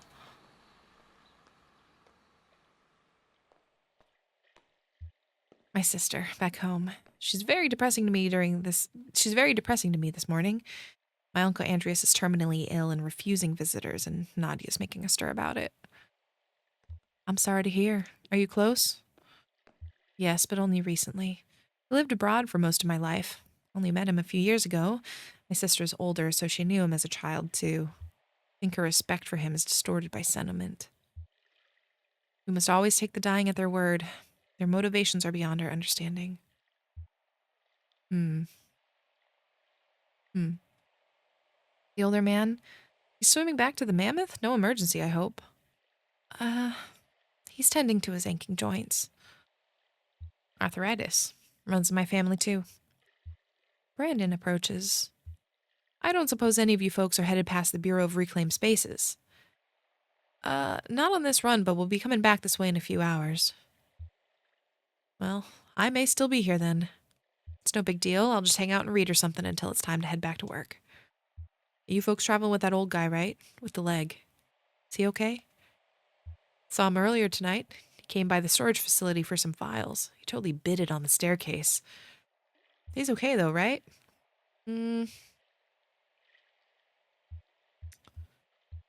Sure. He's just been drinking a bit. You know how it is.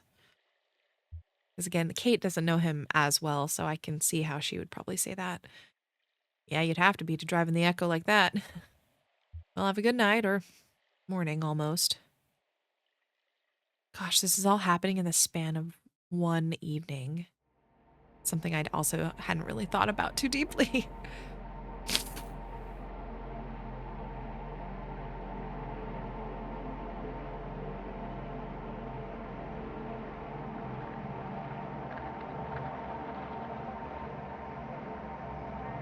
That right there is Ratliff Monuments if you ever need a headstone carved. For a loved one, I mean. Violet Ratliff, never married, nevertheless bore 6 children, Earl, Kelly, Barb, Ron, and young Earl and Beauty. And for each birth, she locked the doors of Ratliff Monuments for only 1 day, even with young Earl when she was in labor for over 36 hours. Well, that's what folks said, and I met her and I believe him. She had the unyielding disposition of a cliffside. None of Violet's children had any desire to go into monument making. Beauty thought it was all a bit ghoulish. There's some truth to that. Very little demand for monuments to the living, after all. The run of the shop fell at last to young Earl, the only Ratliff still at home when his mother finally passed at 82, who then had the honor of engraving her headstone. He's done well for the most part. The shop was damaged in a flood of several years ago. The showcase, a mock cemetery out front, was mostly washed away. Stone monuments, bobbing violently in the first torrents of the flood, eventually sank and spread along the channel bottom down river, an elongated graveyard for no human loss, visited by eyeless fish and adorned with indifferent wreaths of algae. If a few stray stones ended up at the bottom of Lake Leth, too, we'll never know. Young Earl is the last of his short line professionally, and there's nobody around qualified to carve his monument, so he's already claimed one of those at the bottom of the river for himself. To be the last, even it's like a two generation line, to be the last of something, it's gotta be hard.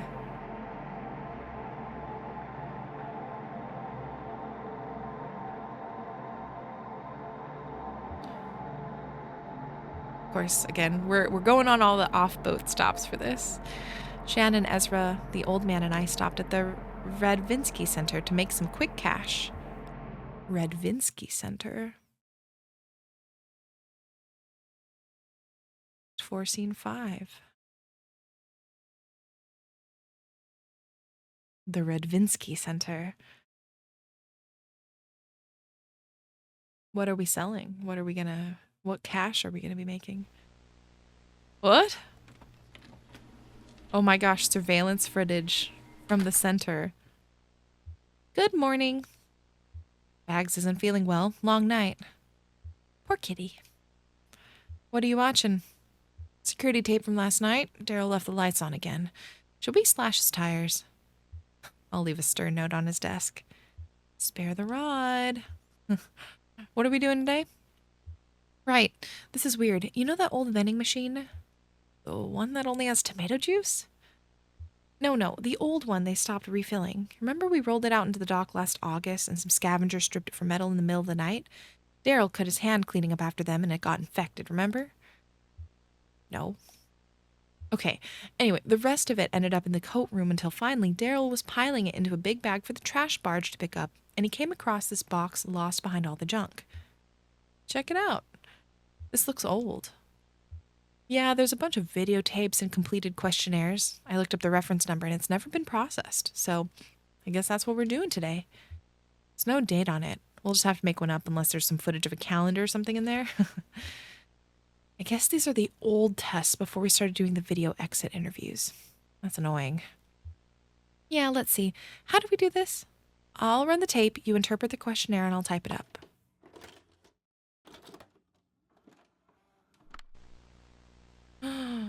Shannon!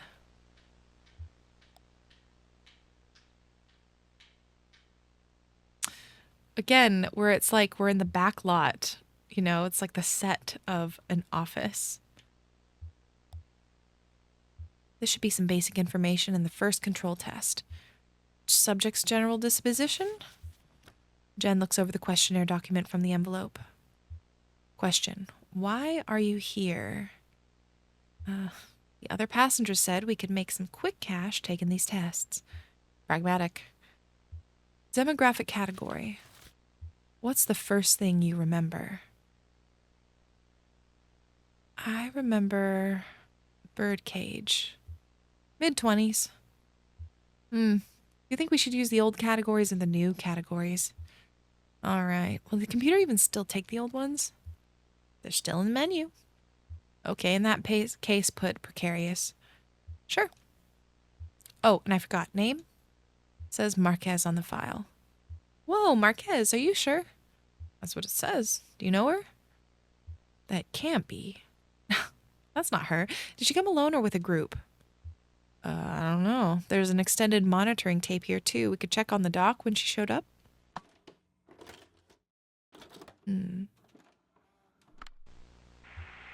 Oh. No, definitely not. There's the paper boat. Again, it's just floating down the river with us. She's traveling with one of those creepy distillery guys. No, he just looks like some old drifter. Maybe you're right. It's hard to tell in this light. Okay, so it feels like maybe I can't tell if like people can see the skeleton arm and leg on him or not. Maybe some can and some can't, you know, sort of the magic of the world. Oh, wait, who is that? The guy in the hoodie. What? I've never seen him before. Really? He looks so damn familiar. I thought he was maybe a former intern or something. He's a little old for that, right? No, I don't recognize him. Sorry, you're all deja vu this morning. It's spooky. Sorry, just one of those days, I guess.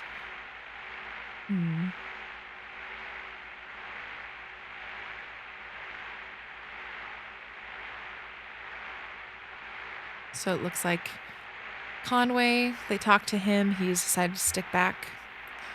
I guess the old man is on dinghy guard duty. A noble assignment. So who is this lady? Oh, right. Well, do you remember WVP TV? WEVP TV? No. Okay. It was a community television station. The Consolidated Power Company had to fund it. It's like a punishment for owning too much of the broadcast spectrum or something. Oh, they used to screen your videos, right? Yeah, it was like a co-op. I did some maintenance and they gave me a slot to show my work. And they had that naked banjo guy late at night. Yeah, that's mainly what everyone remembers. I guess their whole mandate was community expression. He certainly was expressive. Oh, wait.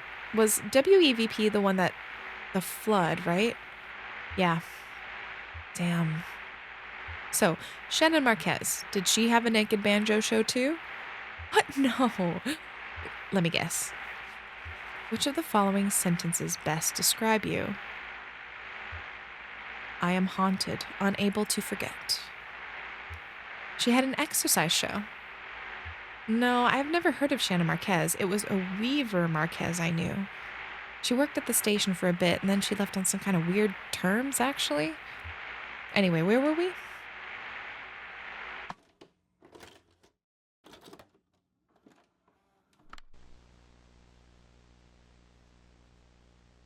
Hmm.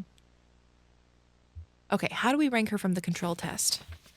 Without turning around to look, please describe the following objects. Bookshelf. I have no idea. 4 shelves? It is shaped. It has 4 shelves. It is nondescript. um, reminds me of a museum. Poster. Oh my god. Don't remember what was depicted in the poster. I have a poster in my workshop, a vintage advertisement for vacuum tubes. Lighting. It's kind of dim. Average, I guess. Typing. Average. Okay. Oh, there was 1 lamp. Oh, there's 5 shelves maybe. Oh, that's so fast. Different room. Did Shannon walk to a different place? How many pictures does she remember? 2? Or actually maybe 3? What? She wrote down orange, strawberry, guava. Guava? I think she meant the pear. That's why I hate this test. There's so much fruit that basically looks just like other fruit. Oh, guava. Does the guava even look like a pear, though? I don't think I've ever seen a guava. I thought they were pink. They're just pink on the inside. You wouldn't confuse a real guava for a real pear, but in one of Daryl's crude watercolors. But I can still clearly see that's a pear, even on video. Yeah, you and I can, but we already know it's a pear. She could be remembering wrong or just identifying what to her is a much more likely fruit to appear in a painting based on any number of cultural, social, geographic, you know. She didn't say anything in her response to help clarify. Let's see. That reminds me of a thing I learned as I was teaching in Alaska. There were some at the time, some just like stories that a lot of my students, like, or at least a lot of the elementary students, even though I taught them, even though I wasn't technically an elementary school teacher, I had to fill in occasionally. But there were some like fairy tales and folk tales that in my head were a bit more commonplace that they hadn't heard of. Um, and then there were others that they knew that they grew up with that I had never heard of. And so it makes me think of that, where it's like on state standardized tests, sometimes you would see, I can't remember exactly what, but I remember seeing like Jack and the Beanstalk referenced, for example. And it was a question about Jack and the Beanstalk used as an example. And I remember it was a practice test, and a student asked me, I like something like, I don't know what Jack and the Beanstalk is, so I couldn't have gotten this question. And I thought that was just a great example of how our systems, you know, they're designed by people, and unless we take into account the backgrounds and cultures, like just what was it, Mimi or Jen saying? Jen, just like Jen saying, if you have a different cultural, social, geographic worldview, you might not be able to answer the question, not because you're not smart, but because you just come with a different set of experiences. And so, again, I was a teacher a long time ago, but I remember being really struck by that question when we were going over that standardized like practice test, and the kid just being kind of like, I don't know what this means. Oh, and I wish I could remember like what folk tale or fairy tale that it was referring to, but it was a moment for me as a teacher where I was like, oh, this is happening in real time, and I hadn't really thought too hard about it back then. Please describe in detail any sensations that accompany your memory of the pictures. I remember the way the fruit tastes. The guava is just like candy. It's almost unnatural. Not really, just some sensory memories of a guava.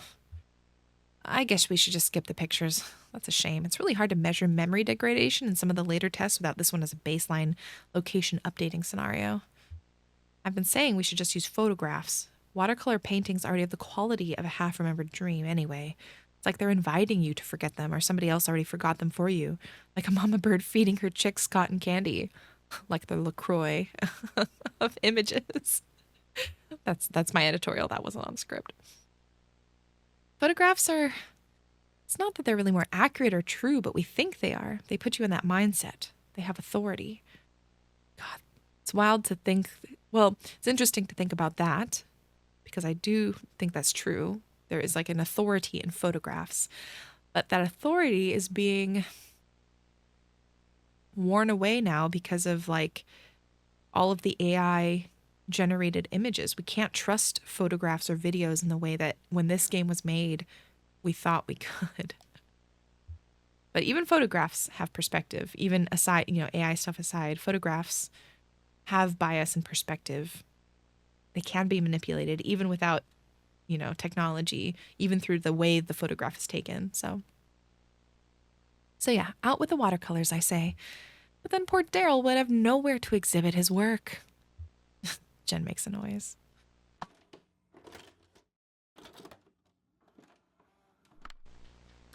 Kitty! Look who it is. Oh, I missed that kitty. Forgot what became of the white one. Her name was Coconut, and she disappeared without a trace. Easy come, easy go? I wouldn't say easy. I had to leave food on the dock for a week before she'd come inside. She only stuck around for a month or two.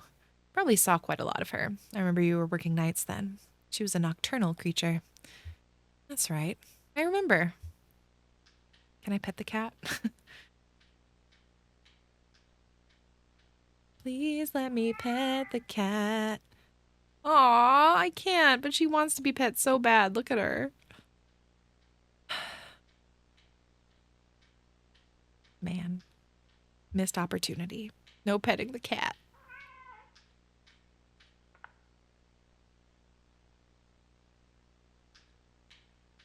Oh. I'm giving her cat food. Maybe now I can pet the cat. Yeah.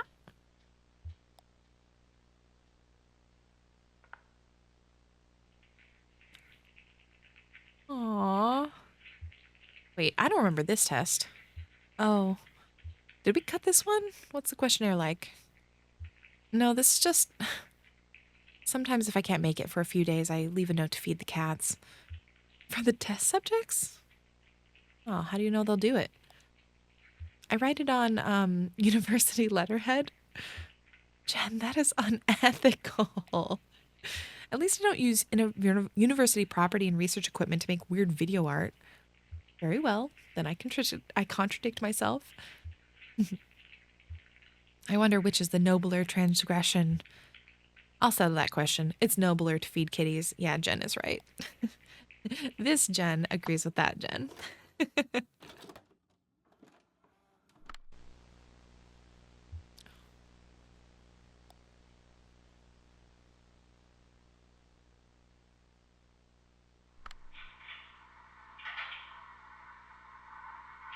Sound.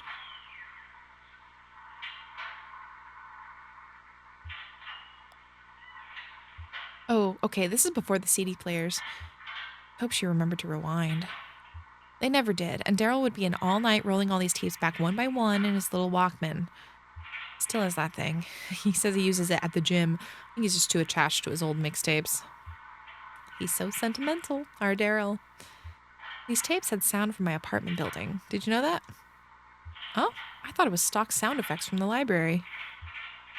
Yeah, the CDs are, but when it was on tape, Daryl had me borrow a tape recorder from the music department and go collect them myself. He showed me a first draft of the questionnaire. I think some of them are still in there. Like, what were you thinking about immediately before listening to the tape? I was thinking about my friend. After the tape ended, how quickly did your thoughts return to that subject?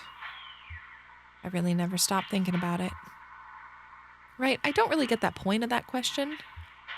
I think it's just there to set a baseline for the introspection index. So all the doors opening and closing, these are all from your apartment? Most of them, yeah. Others are from the basement. We have these little rows of storage closets down there. None of them are locked or anything. It's just like this weird row of doors. They're not even marked or differentiated. You have to keep count as you go and remember which one is yours. Mine is number 8. Went down there a little tipsy once. Sunday cleaning, you know. A few glasses of wine. Anyway, I accidentally opened number 9 and it was full of mice. Like for a computer, I mean. They were all neatly arranged on shelves, organized by some inscrutable quality. Tables tied with Velcro. The neighborhood mice hoarder? A collector, I think. Guess he lived next door. I told Daryl we should add a question, something like, while listening to the tape recordings of doors opening, if at any point you have an expectation or visualization about what might be on the other side of one of those doors, please write it down. The first door, I thought it led outside. I was just curious, I guess, since it was from my building. Like, I have a strong sense of where those doors lead just by hearing them, but is that from my memory or is it inherent in the sound somewhere?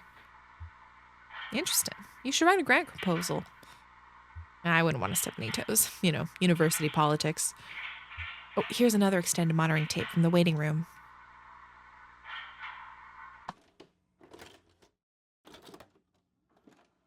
This section is interesting, but I am like trying to make sense of what this is. Like in the moment, I'm like, yeah, this is interesting. And then when I step back a little bit, I'm like, wait, I don't 100% understand. Like, this is like one of those research consultative agencies, it seems like, where it's like they go and they get feedback and do questionnaires and collect something for research, but that's as far as I got currently. Busy night. There he is again, sleeping. Where do I know him from? It's going to drive me up the wall. Does he work at the university? Oh, he did. He did. Ah, that sounds familiar. Yeah, I think he might have worked there a long time ago, maybe when I was an undergrad. Ah, the Paleolithic. Thought he looked a bit rugged. That's right, Jen. I went to college during the Stone Age. What was your major? Oh, what was the light going on back there? Fire. I don't think he was a professor. Maybe staff? It's been so long. Sometimes I wish I just barreled through like you did instead of taking time off before grad school. I'm sure it was the right thing to do at the time. Yeah, the only thing. I was such a mess. Did I ever tell you about that? My boyfriend died suddenly in my last year of college. Oh, poor thing. It's okay. It was a long time ago, but yeah, it really shook me up back then. He was studying astronomy. We were both really into experimental music. We took a few art classes together. That's so sad. How did. Sorry, never mind. No, it's okay. That's the thing, actually. I mean, that's what shook me up about it. It was just this random accident that never should have happened, and so sudden you could have never seen it coming. He was back home visiting his parents, and he fell off a roof. Mimi dated Charlie. Holy crap. I love it when games, movies, books, when they do this, where it's like you have these disparate characters where you're like, what is your role here? And they mean something, they're connected. Ah, my God, that's so freaking cool. Damn, I know what you mean. Can't predict that kind of, what do you call it, a freak accident kind of thing. My psychiatrist says that's why I'm such a pessimist. Well, I think you're remarkably upbeat, all things considered. I mean, you know that thing with your boyfriend and the roof, but also what happened with the TV station? Acts of God. You think? No, I mean, that's what you call it. That's what you say when it's nobody's fault. Hmm.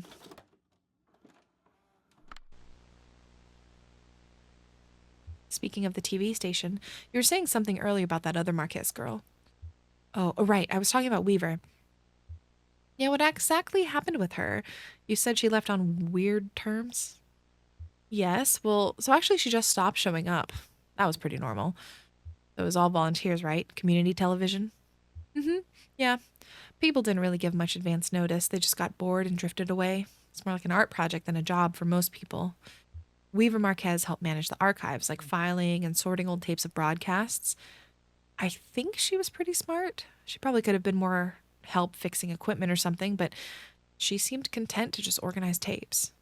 Nobody ever talked to her much, so when she left, no big deal. But then a couple of months later, we started getting these bizarre interventions. Please consider a particular moment earlier in the day or evening. Write down where you were, what you were doing, and who else was present. Um, I'm going to do this one. I was in my shop alone. I saw a strange broadcast. My cousin was on TV. For the remainder of this test, we will refer to that moment as the episode. Oh, okay. Someone would be doing a show in their normal time slot, and suddenly the feed would cut. We'd still be broadcasting, but our signal was totally jammed. Oh, like interference. I mean, total blackout. Then this video would come on, clearly shot in our studio at some point. It was her, Weaver Marquez. She'd be standing in the middle of the studio facing the camera. It's a bit fuzzy in my memory, but I do remember the sound, this awful hum. Like, that was how she did it. She made a hum so sinister it drove our signal into hiding. As you read the first marked passage, an excerpt from Door Jam Design, Repair, and Cleaning by R. Gross? Gross? Please take note of any new details you recall from the episode and at what point in the text they are recalled to you.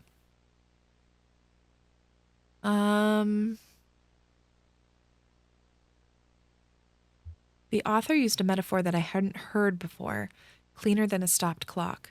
Thought of how messy my shop was when I left it and how I wouldn't be able to go clean it up now. Then there were these on-screen captions, exactly the same every time. I don't remember what they said, something creepy. Whoa. We had a title maker at the station, but it was a different font. So I guess she recorded it at WEVP and then took it somewhere else to add the captions? I don't know. We all did a lot of speculating about how she made the video. Why she made the video. Yeah, why not just broadcast it normally? It was community television, right? Couldn't be any worse than the naked banjo guy. Yeah, exactly. Some people thought it was a protest or something, but I know she didn't have anything against the station. To me, it felt kind of urgent, like she would have done her broadcast through the proper channels, but something came up. A crisis or something. The second marked passage is a poem by N. Shield called Three Views Through a Door. As you read this passage, please again write down any new details you recall from the episode. When I read the stanza about watching the rain through the doorway, I remembered the sound of the strange broadcast. The hum took over everything, even the traffic and birds outside. How often did it happen? A lot.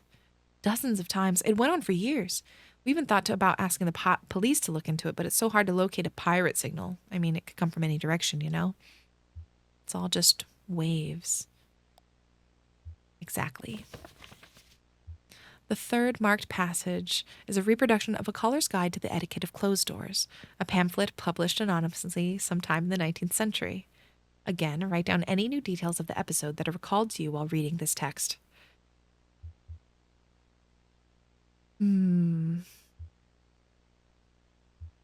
The text said something about how long to wait, not to wait too long at a closed door.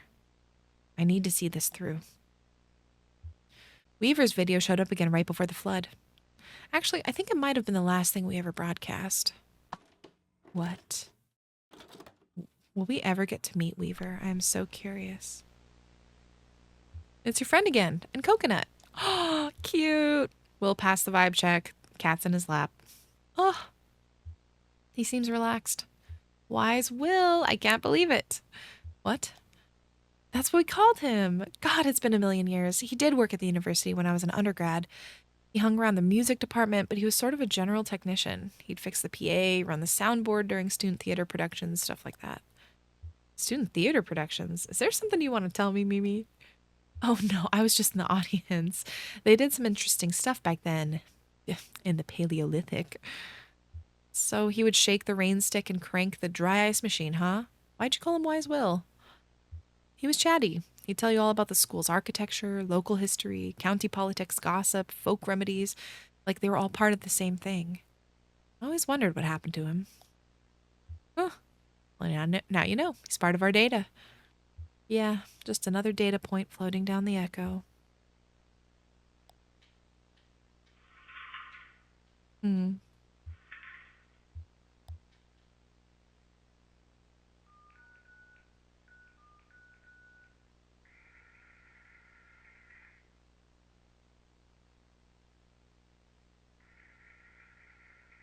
Wonder who she's calling.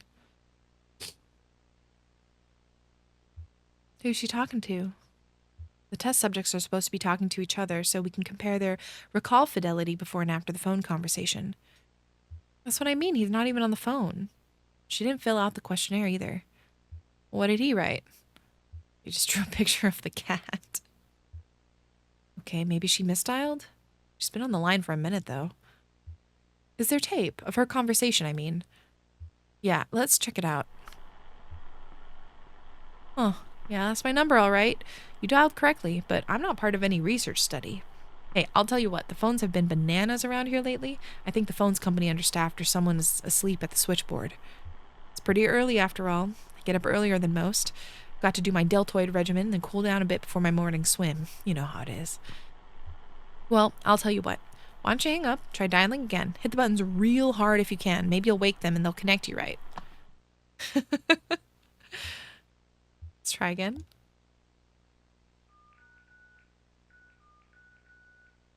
Toot, toot, toot, toot, toot, toot, toot.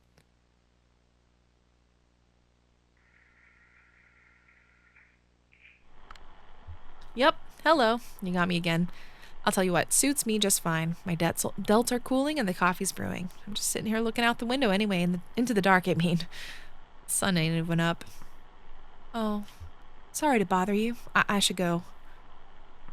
It's no bother. I'll tell you what, it's nice to hear another voice before the sun's up, and one that isn't making excuses or demands. You may have guessed by now, but I'm a...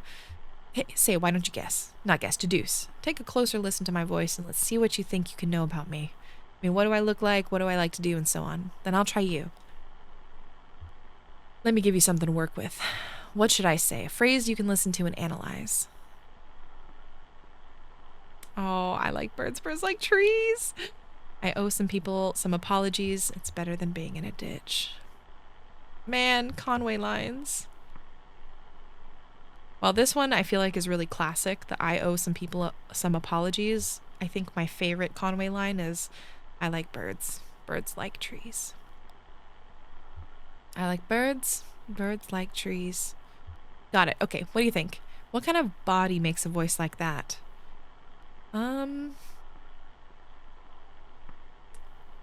Maybe you're strong? I don't know, you're working on your delts, I guess. You're 6 feet tall? Yes, yes. Can you hear what my teeth are like? You should be able to hear that. Every word I say has got to go right by them. Your teeth are meticulously cared for. You're getting up pre-dawn, so it feels right. That's the word for it. Meticulous. What about a job? What do you guess my job is? You're a copywriter. Well, 2 out of 3 ain't bad. Oh, dang, I was gonna try it. Stage magician, maybe. I'll tell you what. I'll do a little deduction of my own and speculate that you love art, or anyway you tolerate it. At the very least, I'd say you're a romantic. I'm certain you're a cartographer or some other collector of maps. If you aren't, then I don't know a thing. How'd I do? You got a couple parts, right?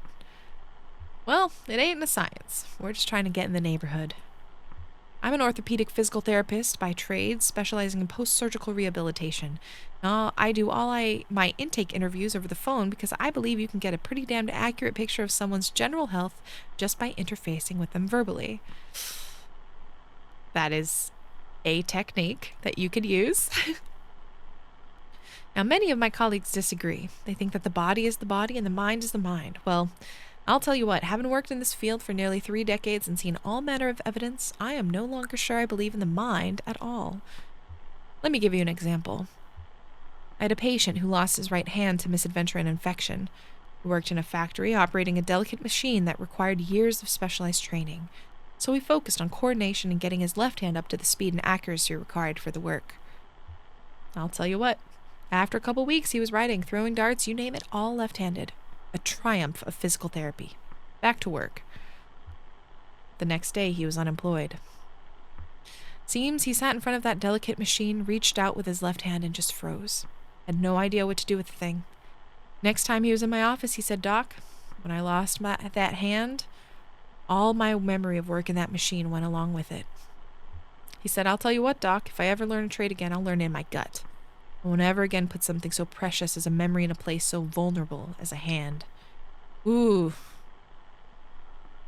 It's an interesting, I like that. Let me save that screenshot really fast. Well, my coffee's done brewing. I'll let you go. Dang.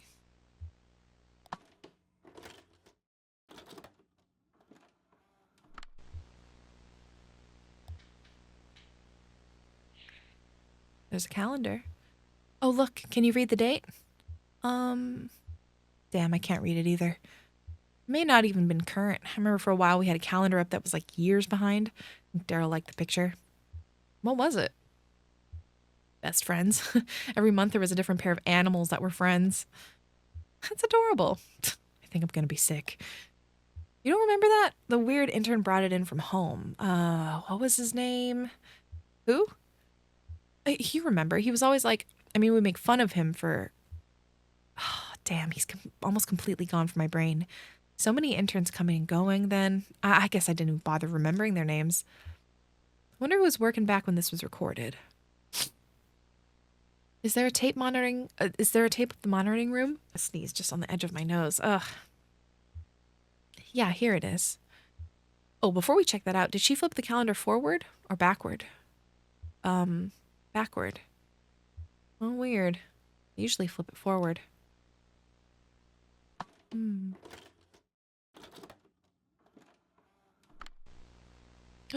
Cat.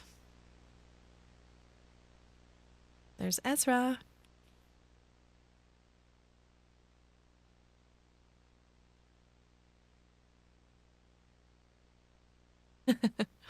Oh my god!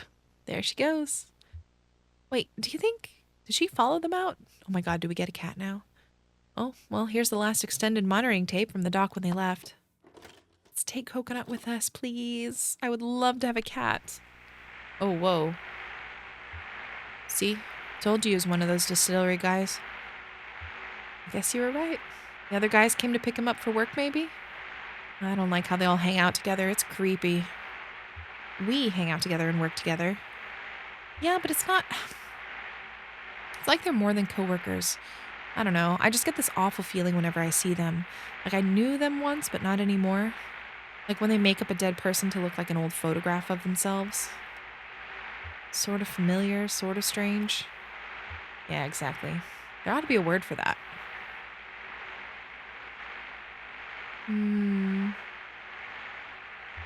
Hi, kitty. They look like nice enough people. I'm sure she's very happy with them. Yeah. So, this has been a bit of a memory trip for you, huh? Bet you didn't expect these old tapes to stir up so much. How does it feel for these people to come up again? Weaver Marquez and Wise Will, what was your boyfriend's name? The one who died in college? Charlie. Yeah, it's kind of a bittersweet experience, actually. Like looking at photographs of people who died or moved away. People that are gone. Gone, but not forgotten. No, not forgotten. You're right. Damn. That was cool. Oh, my goodness.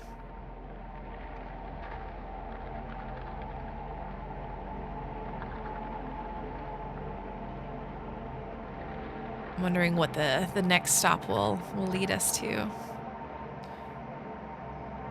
Look at these easels and tables on the beach over there. They call it an open-air gallery or probably something more upscale like al fresco galleria. They say it's a popular design in foreign cities like Paris and New York. That may be true. The appeal is clear enough, I guess. Anyone can wander in and out. There aren't any walls or doors. There's no roof either, just kind of like a thin cloth membrane. Not quite a sheet or a tarp, more like a drape of rolled out spiderweb, looking like it might bunch up and dissolve if it ever got rained on. No concern down here for rain.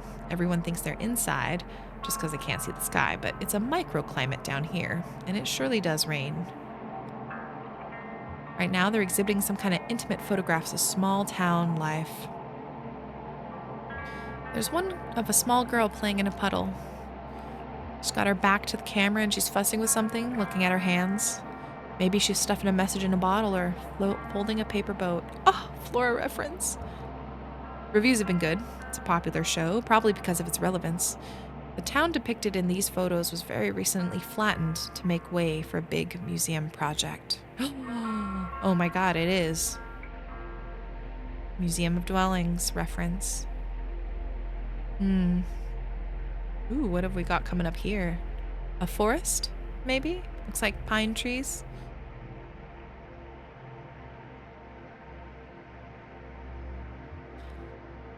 Oh, we absolutely are going to go forage for mushrooms.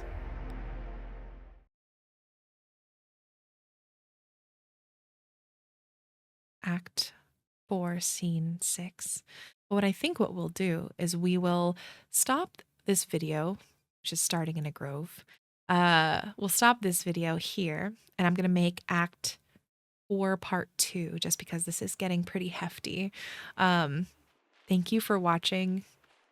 This act is really different from the others.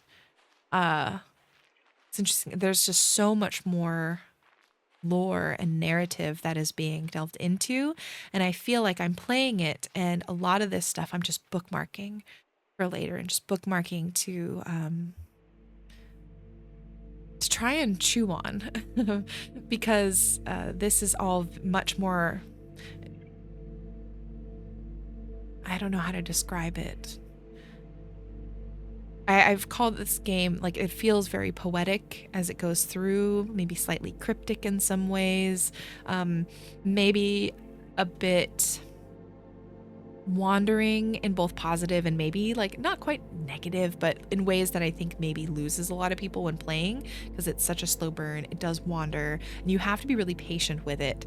And this is, I think, a section that I need to play again, and it's designed to be played multiple times because you can only see at best half of it, right, on the first playthrough.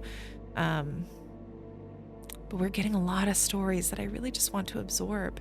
But we'll stop here for now, breaking it into part 2. So keep watching if you want more, and follow the channel if you'd like to keep in touch and see what games I am excited about and playing. And I also have a game club, which is why I'm playing this game actually. It's called Geeks and Grounds. We're playing it for the month of February, and for the month of March, we are going to be playing The Root Trees Are Dead. So very different in terms of just like what we're doing. It's also narrative heavy, but much more investigatory. But you can go to geeksandgrounds.com to discover that.